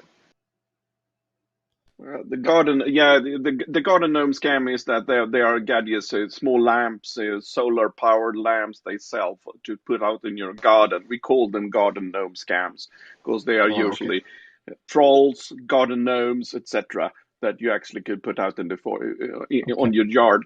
But the thing is that these are repeating over and over again. But I can rant for this for a very long time without repeat myself. So I'm going to pause. Okay. Dr. Fran sends in this one from the New York Times that small towns are growing desperate for water in California. The drought is revealing for California that perhaps even more than rainfall, it is money and infrastructure that dictate who has sufficient water during the state's increasingly frequent dry spells. So you can read all about that from the New York Times via the Twitter account from Dr. Fran. So there goes that article. Thank you, Dr. Fran. And Evan just sent one in from space.com that July 2021 was officially the hottest month ever. This year is on track to be one of the hottest in history, a new NOAA report has said. And NASA mulls how to dispose of International Space Station. I have an idea. Can I just on the hottest year thing? Well, it's not going to be the hottest year, hottest July, by the way. But also keep in mind that 2021 is very likely the coolest year forevermore. In other words, every year after 2021 will be hotter than 2021. So keep that in mind. Thanks. A plan to use Russian spacecraft to deorbit the International Space Station as early as 2028 remains in question because the United States does not know what the hell it's going to do with the International Space Station when they need to 4th of July. Let it it could be the biggest fireworks the world has ever seen. Fantastic. I like it. And then here's one from The Guardian. California considers human composting as a greener death option. A process that breaks down remains into about 2 wheelbarrows of soil saves a metric ton of carbon dioxide per person, just as we do here on parts of Thailand. So it's good to see California starting to figure that out. The next one is a company called Spoke. Spoke is working together with Qualcomm to transform safety for bicyclists and light mobility users. You know, those annoying people riding those little electric scooters. And Spoke, the mobility platform for safety, connectivity, and rich rider experiences today, announces plans to bring connected technology to vulnerable road users with Qualcomm. Fantastic. And SoftBank is back in the news. In case you missed it, SoftBank's Vision Fund posts a $2 billion profit. Share weakens, casts shadows. Thank you for that one, Cheryl. And then as the Taliban advances, Reuters says China lays the groundwork to accept the new awkward reality, a series of photos published last month by Chinese state media of the foreign minister, Wang Yi, standing shoulder to shoulder with visiting Taliban officials in Beijing. as China becomes the first to welcome the Taliban back to Afghanistan. Good bunch of folks. The next one here is from Evan. The EU wants a universal mobile charger, but Apple doesn't. According to a report from Reuters, the EU is proposing legislation that all devices come with a common mobile charger in September, to which Apple says, How about just USB-C? That would be making me very happy. Yeah. Common cable. Xylo and other tech firms are in an arms race to buy up American homes. iBuyers, quote unquote, are gearing up to grow massively in the coming years with unforeseen consequences for the U.S. For the U.S. housing market, we should say. What is an iBuyer? Well, iBuyers are gearing up to grow massively. Xylo's doing a $450 million bond deal to get the money it needs. Opendoor went public via Chamath Palihapitiya's back-to-SPAC deal to scale as quickly as it can. And the race is on among tech firms to gobble up U.S. housing stock and dominate the increasingly competitive high-tech house-flipping market, otherwise known as the iBuyer industry. There's almost an arms race to get the most inventory possible, says Darren Bloomquist, VP of Marketing Economics at Auction.com, who described the state of the iBuyer market as almost frenzied. It's less about making money off that inventory, at least initially, and more about who can get the most inventory the fastest. Yeah, that's how business works, Darren. High-tech middlemen like Opendoor and Xylo offers Xylo's home buying platform first inserted themselves into the housing scene a few years ago, armed with cheap money and hoping to profit off the bedrock of American middle-class wealth. iBuyers target mid-level homes that are in decent condition, offer to buy the house with cash, and make the selling and move process quick and convenient. They then make a few repairs and quickly put it back on the market, ideally at a higher rate. In exchange, they charge the home seller a fee that varies according to the variety of factors. And you can read all about it. It's the quick flipping phenomena at scale with the power of tech. And so the thing, these companies are also, like they said, just coming in and paying cash or above offer. So, the buzz in Southern California is that it's BlackRock doing it. And, the pitchforks are coming very fast in Southern California is all I can say. A 2 or 3 bedroom home for a middle-class family, $6,000-$7,000 a month, it's untenable. Well, they need to build more homes, and California is so regulated with housing and construction. The water use laws, and I study this in college because that's actually my passion. We have to establish a 20-year water supply before you can even start a project. Wow. And you can't even do that right now. So there's going to be no new homes in California. That's probably why they're going so hard at it. Okay, next headline. JT has this one from Facebook's Bosworth convinced Oculus will reach 10 million users earlier than expected. 10 million users will explode the content and the ecosystem. It will be a sustainable and profitable ecosystem for developers. In his last AMA, Facebook's Bosworth said he's convinced that Facebook will reach its goal of 10 million Oculus users ahead of schedule. So the next one on a similar topic from Evan, augmented reality is coming for your ears.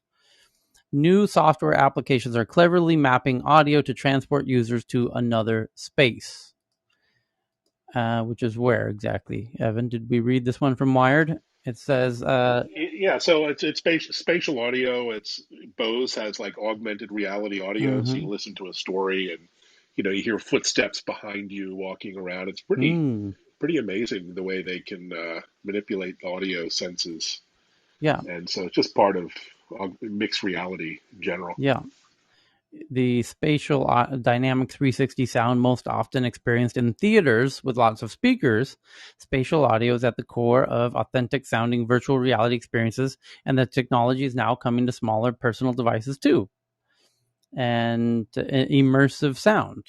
They're calling it. True spatial audio is having a moment right now too, due to, in small part, to Apple's recent announcement that it will offer thousands of Apple Music tracks in spatial audio, and some technologies are better It'd be good for Clubhouse. You could hear different people talking from different parts of a room virtually and differentiate based on the direction of the sound. So it'd be pretty cool. Yep. Yep. You're in the car that was a with great me. example. I heard that car driving by. So, according to the South China Morning Post, a new draft of China's personal data protection law adds app restrictions.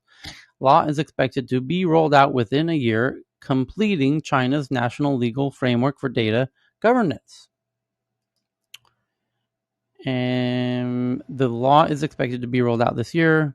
Latest draft of China's upcoming personal information protection law will target how apps handle personal data.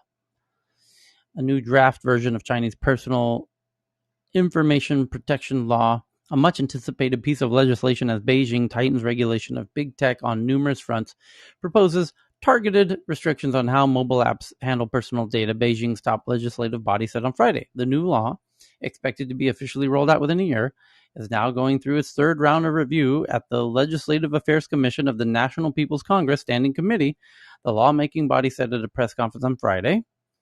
The latest draft includes several revisions to the previous version, including targeted regulations on mobile apps that excessively collect personal information. The commission said it will also target algorithmic discrimination, a common practice among Chinese internet companies where a platform charges different prices to different users based on how much it thinks they are willing to pay.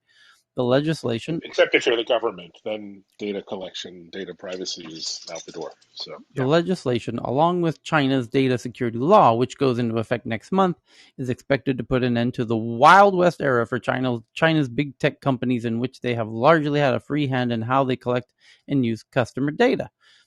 The spokesman said that at a press conference that the new draft has added definitions for automated decision-making, which includes user profiling and recommendations algorithm, asking companies to make sure that the result of their automated decision-making is fair and just.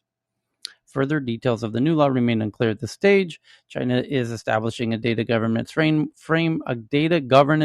that seeks to ensure the security of what is deemed as important data, putting limits on how businesses collect and use sensitive personal data, while encouraging the circulation of less sensitive data to unleash its economic value.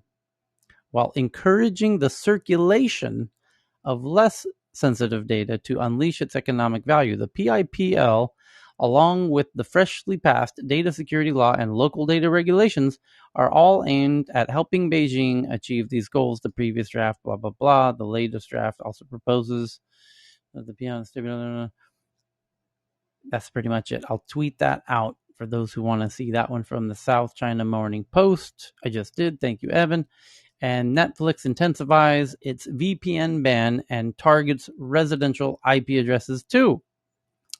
Netflix has stepped up its effort to ban VPNs and proxy users from bypassing restrictions, which affects regular subscribers.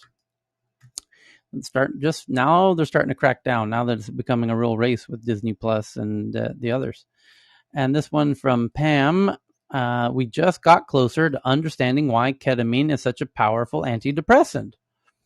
Oral ketamine, which known both as an anesthetic and a recreational drug, has recently emerged as a highly promising rapid treatment for severe depression. Within hours, a single dose of the psychedelic substance has been shown to curb suicidal intent, and a recent clinical trial suggests these effects work on 2/3 of patients, lasting up to several weeks before fading away. Given the promising early results of the limits of currently available antidepressants, oral ketamine is now available as a nasal spray in the U.S. for those with intractable depression and chronic suicidal thoughts.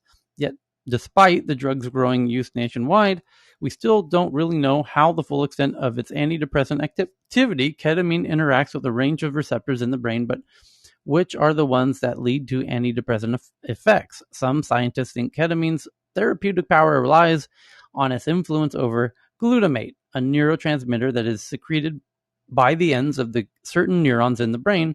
But while ketamine appears to increase glutamate release in some parts of the brain in both mice and humans, in other parts of the mammalian brain, the drug seems to decrease this release.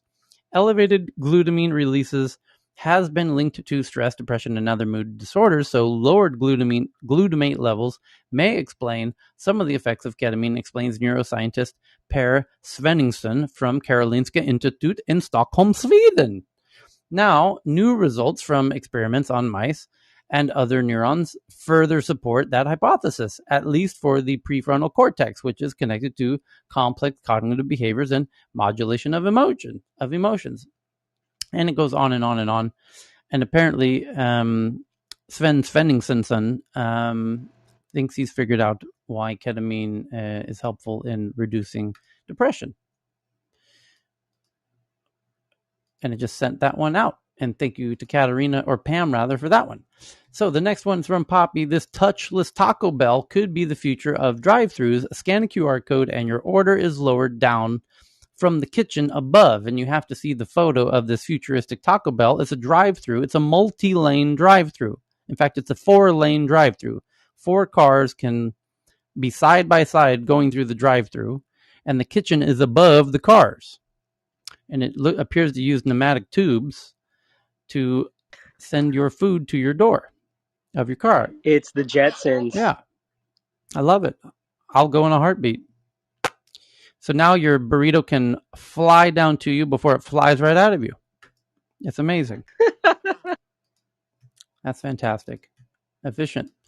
The next one's from Cheryl. It says, as he queued to board a flight out of Hong Kong to Taiwan, dissident artist Casey Wong was painfully aware of the extra immigration officials brought in to scrutinize each passing passenger.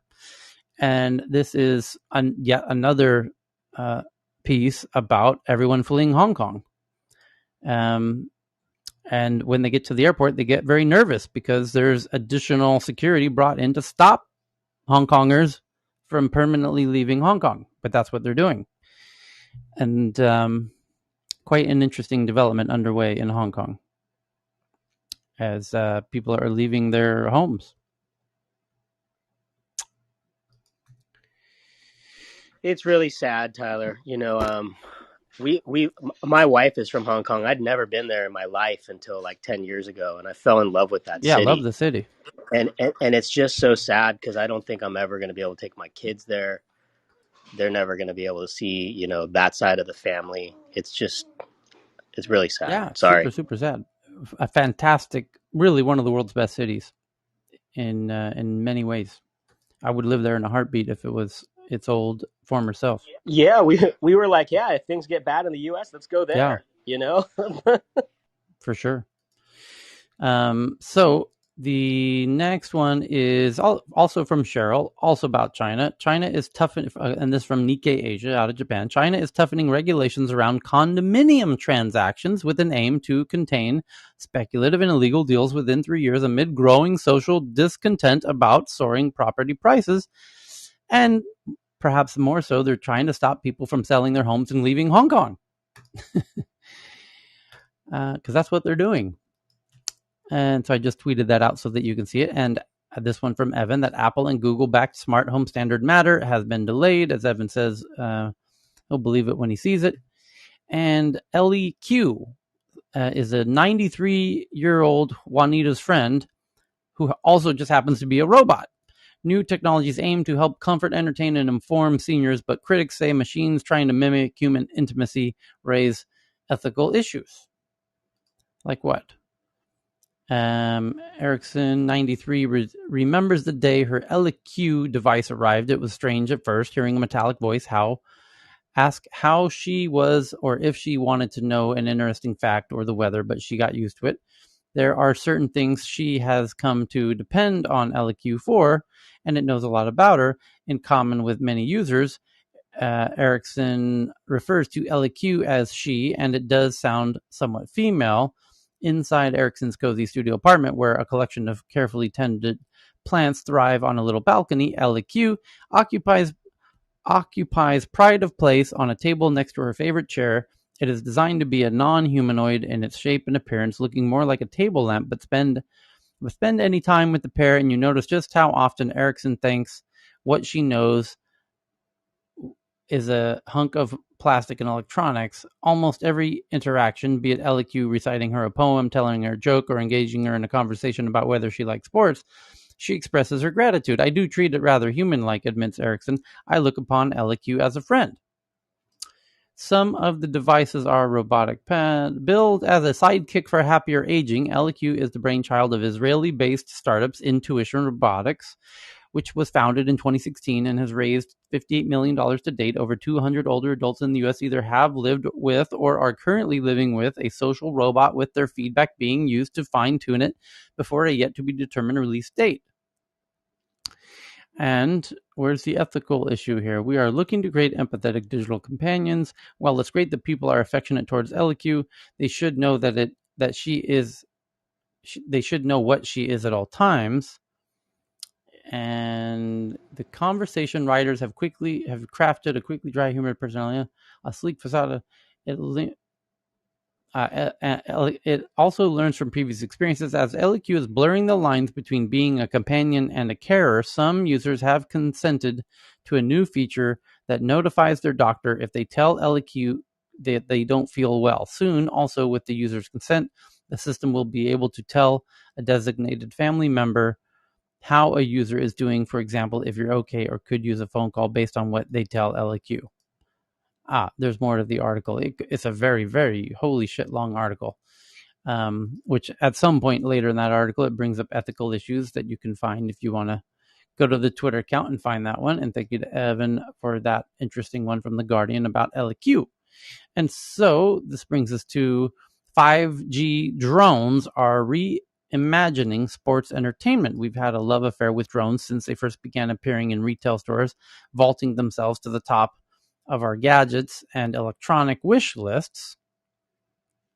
Drones let us take to the sky. They give us a bird's eye view of new places from a bowling alley and blah, blah, blah. Today, Drone Racing League, DRL, is creating a new era of sport using 5G technology to give tens of millions of fans a more immersive experience like no one has ever seen before. This week, DRL uses its new built 5G-enabled drones to capture and stream stunning first-person view footage of the 8,000-seat ballpark and blah, blah, blah. DRL and T-Mobile have built the first racing drones in the world to have been embedded with 5G modules capable of 5G live streaming video directly to the internet. So it's live streaming in real time from a drone going 100 kilometers an hour through a race course. That's kind of cool. And you can see the video of it from the link I just twatted on Twitter from Evan.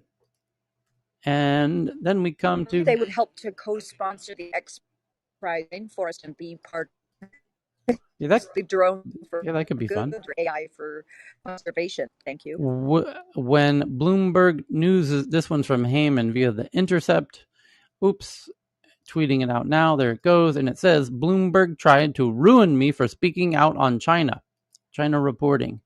When Bloomberg's News's reporting on China was challenged, Bloomberg tried to ruin me for speaking out. Bloomberg lawyers in Hong Kong threatened to devastate my family's financially and take me to court if I did not sign an NDA, even though I had never been a Bloomberg employee. I'm one of many women Mike Bloomberg's company tried to silence through non-disclosure agreements. The funny thing is I never even worked at Bloomberg, but my story shows the lengths that the Bloomberg machine will go to in order to avoid offending Beijing.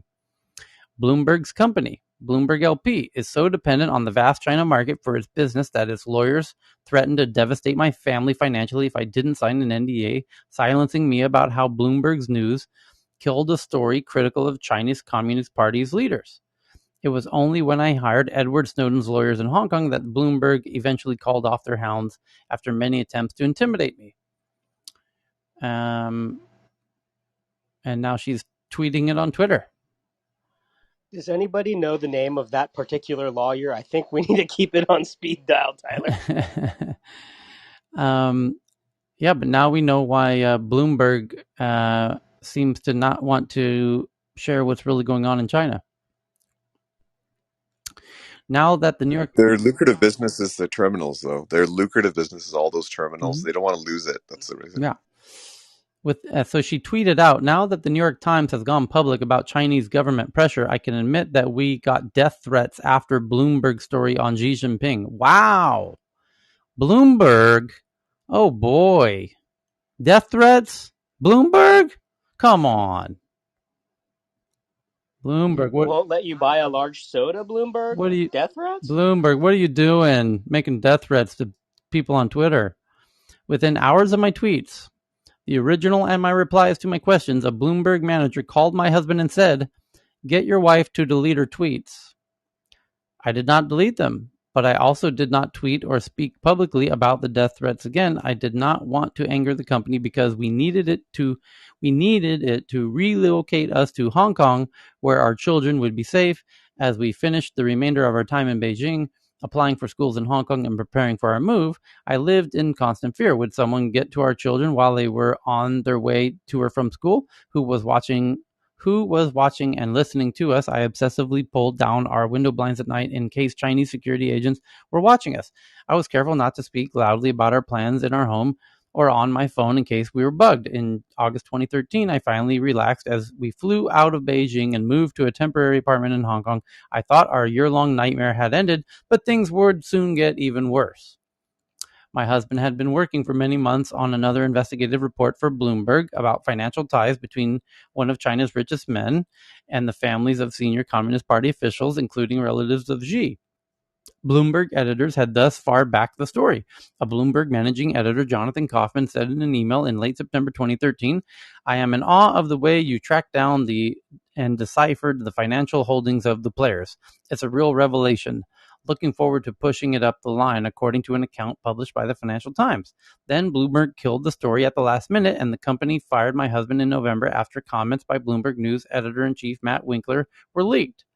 "If we run the story, we'll be kicked out of China," Winkler reportedly said on a company call. Mike Bloomberg, then New York City mayor and majority owner of Bloomberg, was asked on November 12, 2013, about reports that his company had self-censored out of fear of offending the Chinese government, and he dismissed the question. Nobody thinks that we're wusses and not willing to stand up and write stories that are of interest to the public and that are factually correct, Bloomberg told the press conference. Yet days after Bloomberg made those comments to reporters in New York, Bloomberg's lawyers in Hong Kong threatened to devastate my family financially for forcing us to repay the company for our relocation fees to Hong Kong from Beijing and the advance on my husband's salary that we had took out, leave us with no health insurance or income, and take me to court if I did not sign the non-disclosure agreement, even though I had never been a Bloomberg employee. The law firm representing Bloomberg, Mayor Brown JSM, sent a letter to my lawyer on December 6, 2013, threatening a court injunction if I didn't agree to their confidentiality terms within 7 days. And I've still got a long ways to go in the story, but Bloomberg. Oh, Bloomberg. What is the source of this article? The Intercept. Yeah, Tyler, you should point out And though. Cheryl, it's her voice, right? Cheryl, remember that. It's a year her old. voice. The story's a year old, by the way. Yeah. Okay. It was related to what we were discussing before. I know. We're trying to figure out why Bloomberg has so much difficulty pointing out the obvious things going on in China, and because someone's right. It's the terminals. Yeah. That's where you make all the money. Yeah. Okay. And that's why Bloomberg was going to be the worst president for the U.S. if he was to be running. Ooh. And another thing too, he screwed his own employees. By the way, after that election, he refused to pay them what he promised for a severance package, whatever, for when the campaign ended. So he was an asshole. Workers, yeah. He was an asshole. Sorry for the words. No worries. So a few more tweets popping in here. What do we got here? We got something from Wendy's. That's hot. Colds and AGI, and here we go. Ready for this batch here? Here we go. So, has COVID taught us anything about the pandemic? Nature research from nature.com. Researchers warn that plans to prevent the next global outbreak don't consider that failures that have fueled our current that prevent the next global outbreak don't consider the failures that have fueled our current predicaments. That's from Cheryl. This one from Chris from Slate. Investment firms aren't buying all the houses, but they are buying the single family homes. Yep. And then Dr. Fran has this one. What if Zoom had spatial audio? That's a wild thought, and it's a video you can see. Yeah. Tyler, the article you read just now is 2020 February. Yes, we said that. It's a year old. Okay. Yeah, we know that. Can Bitcoin... But history is history and facts are facts, Cheryl. Please be careful of that. Yeah. Can Bitcoin be Palestine's... Hey, man, I didn't say anything other than just saying it's from last year. That's all. That is not... Still, sorry. So there's no need to further No, comment. but sorry. I have to point this out, Cheryl. You have to I basically... don't mean anything. I'm just saying No, that. but I'm just saying you question others' evidence. You question other people's words. Please be careful of that, because Tyler, did I then do that? you get yourself into problem. You will get yourself into problem. That's all I'm saying. Just basically trust people first. Yeah. Can Bitcoin be Palestine's currency of freedom? Bitcoin gives Palestinians a powerful avenue for peaceful protest and the opportunity to find sovereignty among oppressive economic environment. This from Bitcoin Magazine, although Israel controls their internet, so they could turn off your whole fucking economy and with a light switch. So I don't know that that's necessarily a great idea. But the next headline is from the Next Web. To achieve AGI, which is real AI, general AI, the holy grail of making a computer act like a human, digital computation of intelligence has no analog in the natural world. So maybe we need a new theory of intelligence before building AGI, general AI. That's from the Next Web, and then Robert Scoble responding to one of our tweets. That's interesting. I'll ping him. And then this one from Evan. Colds and other common respiratory diseases might surge as kids return to schools. Recent historically low levels of some respiratory illnesses may lead to outbreaks this fall and winter, creating disruptions as kids return to school. And Wendy's to open 700 ghost kitchens that serve food delivery apps. And the real interesting thing about them is that they are actually trailers that can be hooked up to the back of semis and be transported around the town, so they don't pay rent. Interestingly, it's really kind of clever, and they can be optimized on their location based on where their orders are coming from, based on times of day. Truly genius. Apple's new research suggests future AirPods able to monitor respiratory health, although small in size. Crazy. Yeah. Don't underestimate in-ear devices. And the 8 takeaways from Xiaomi founder Li Jun's viral speech. As Jack Ma and other company leaders lay low, Li Jun is becoming the most beloved tech figure in China. And Philips study finds hospitals struggling to manage thousands of IoT devices. More than 13% of hospitals had no inventory and no way of knowing how many medical devices were deployed.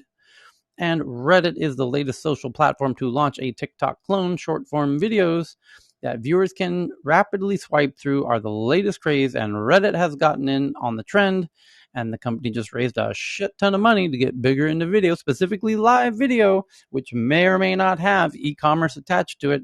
The answer is yes, it does, because that's where billions of dollars are hiding. Yes, John. Yeah, you blew right past the IoT in hospitals. I just want to give a really personal vignette on that. About 4 years ago, when NotPetya was circulating, a vendor brought in a laptop, put it in the infrastructure of one of the largest healthcare systems in the country, where I had to make the call to pull the plug on all the biomedical devices, because we're watching the NotPetya virus spread across everything, and we couldn't identify which devices, which precisely, as this article said. So at that time, we implemented commodity infrastructure that allowed us to know exactly where all the IoT devices were. So that story is still relevant for most healthcare systems in the world. And I got to tell you, it was pretty frightening when I had to make the judgment to cut all communication to all IoT devices and all biomedical devices in order to halt the spread of the NotPetya virus. No one died. No one got hurt. It was by the skin of our teeth that we were able to stop it. But this is something that other healthcare systems and industries need to pay close attention to, because that is a pathway a readily available pathway of spread for a lot of the serious malware. And that's why the sidewalk thing that Amazon's doing is so scary, because those are highly leveraging IoT devices that have, historically been like the weakest security and the hardest to update.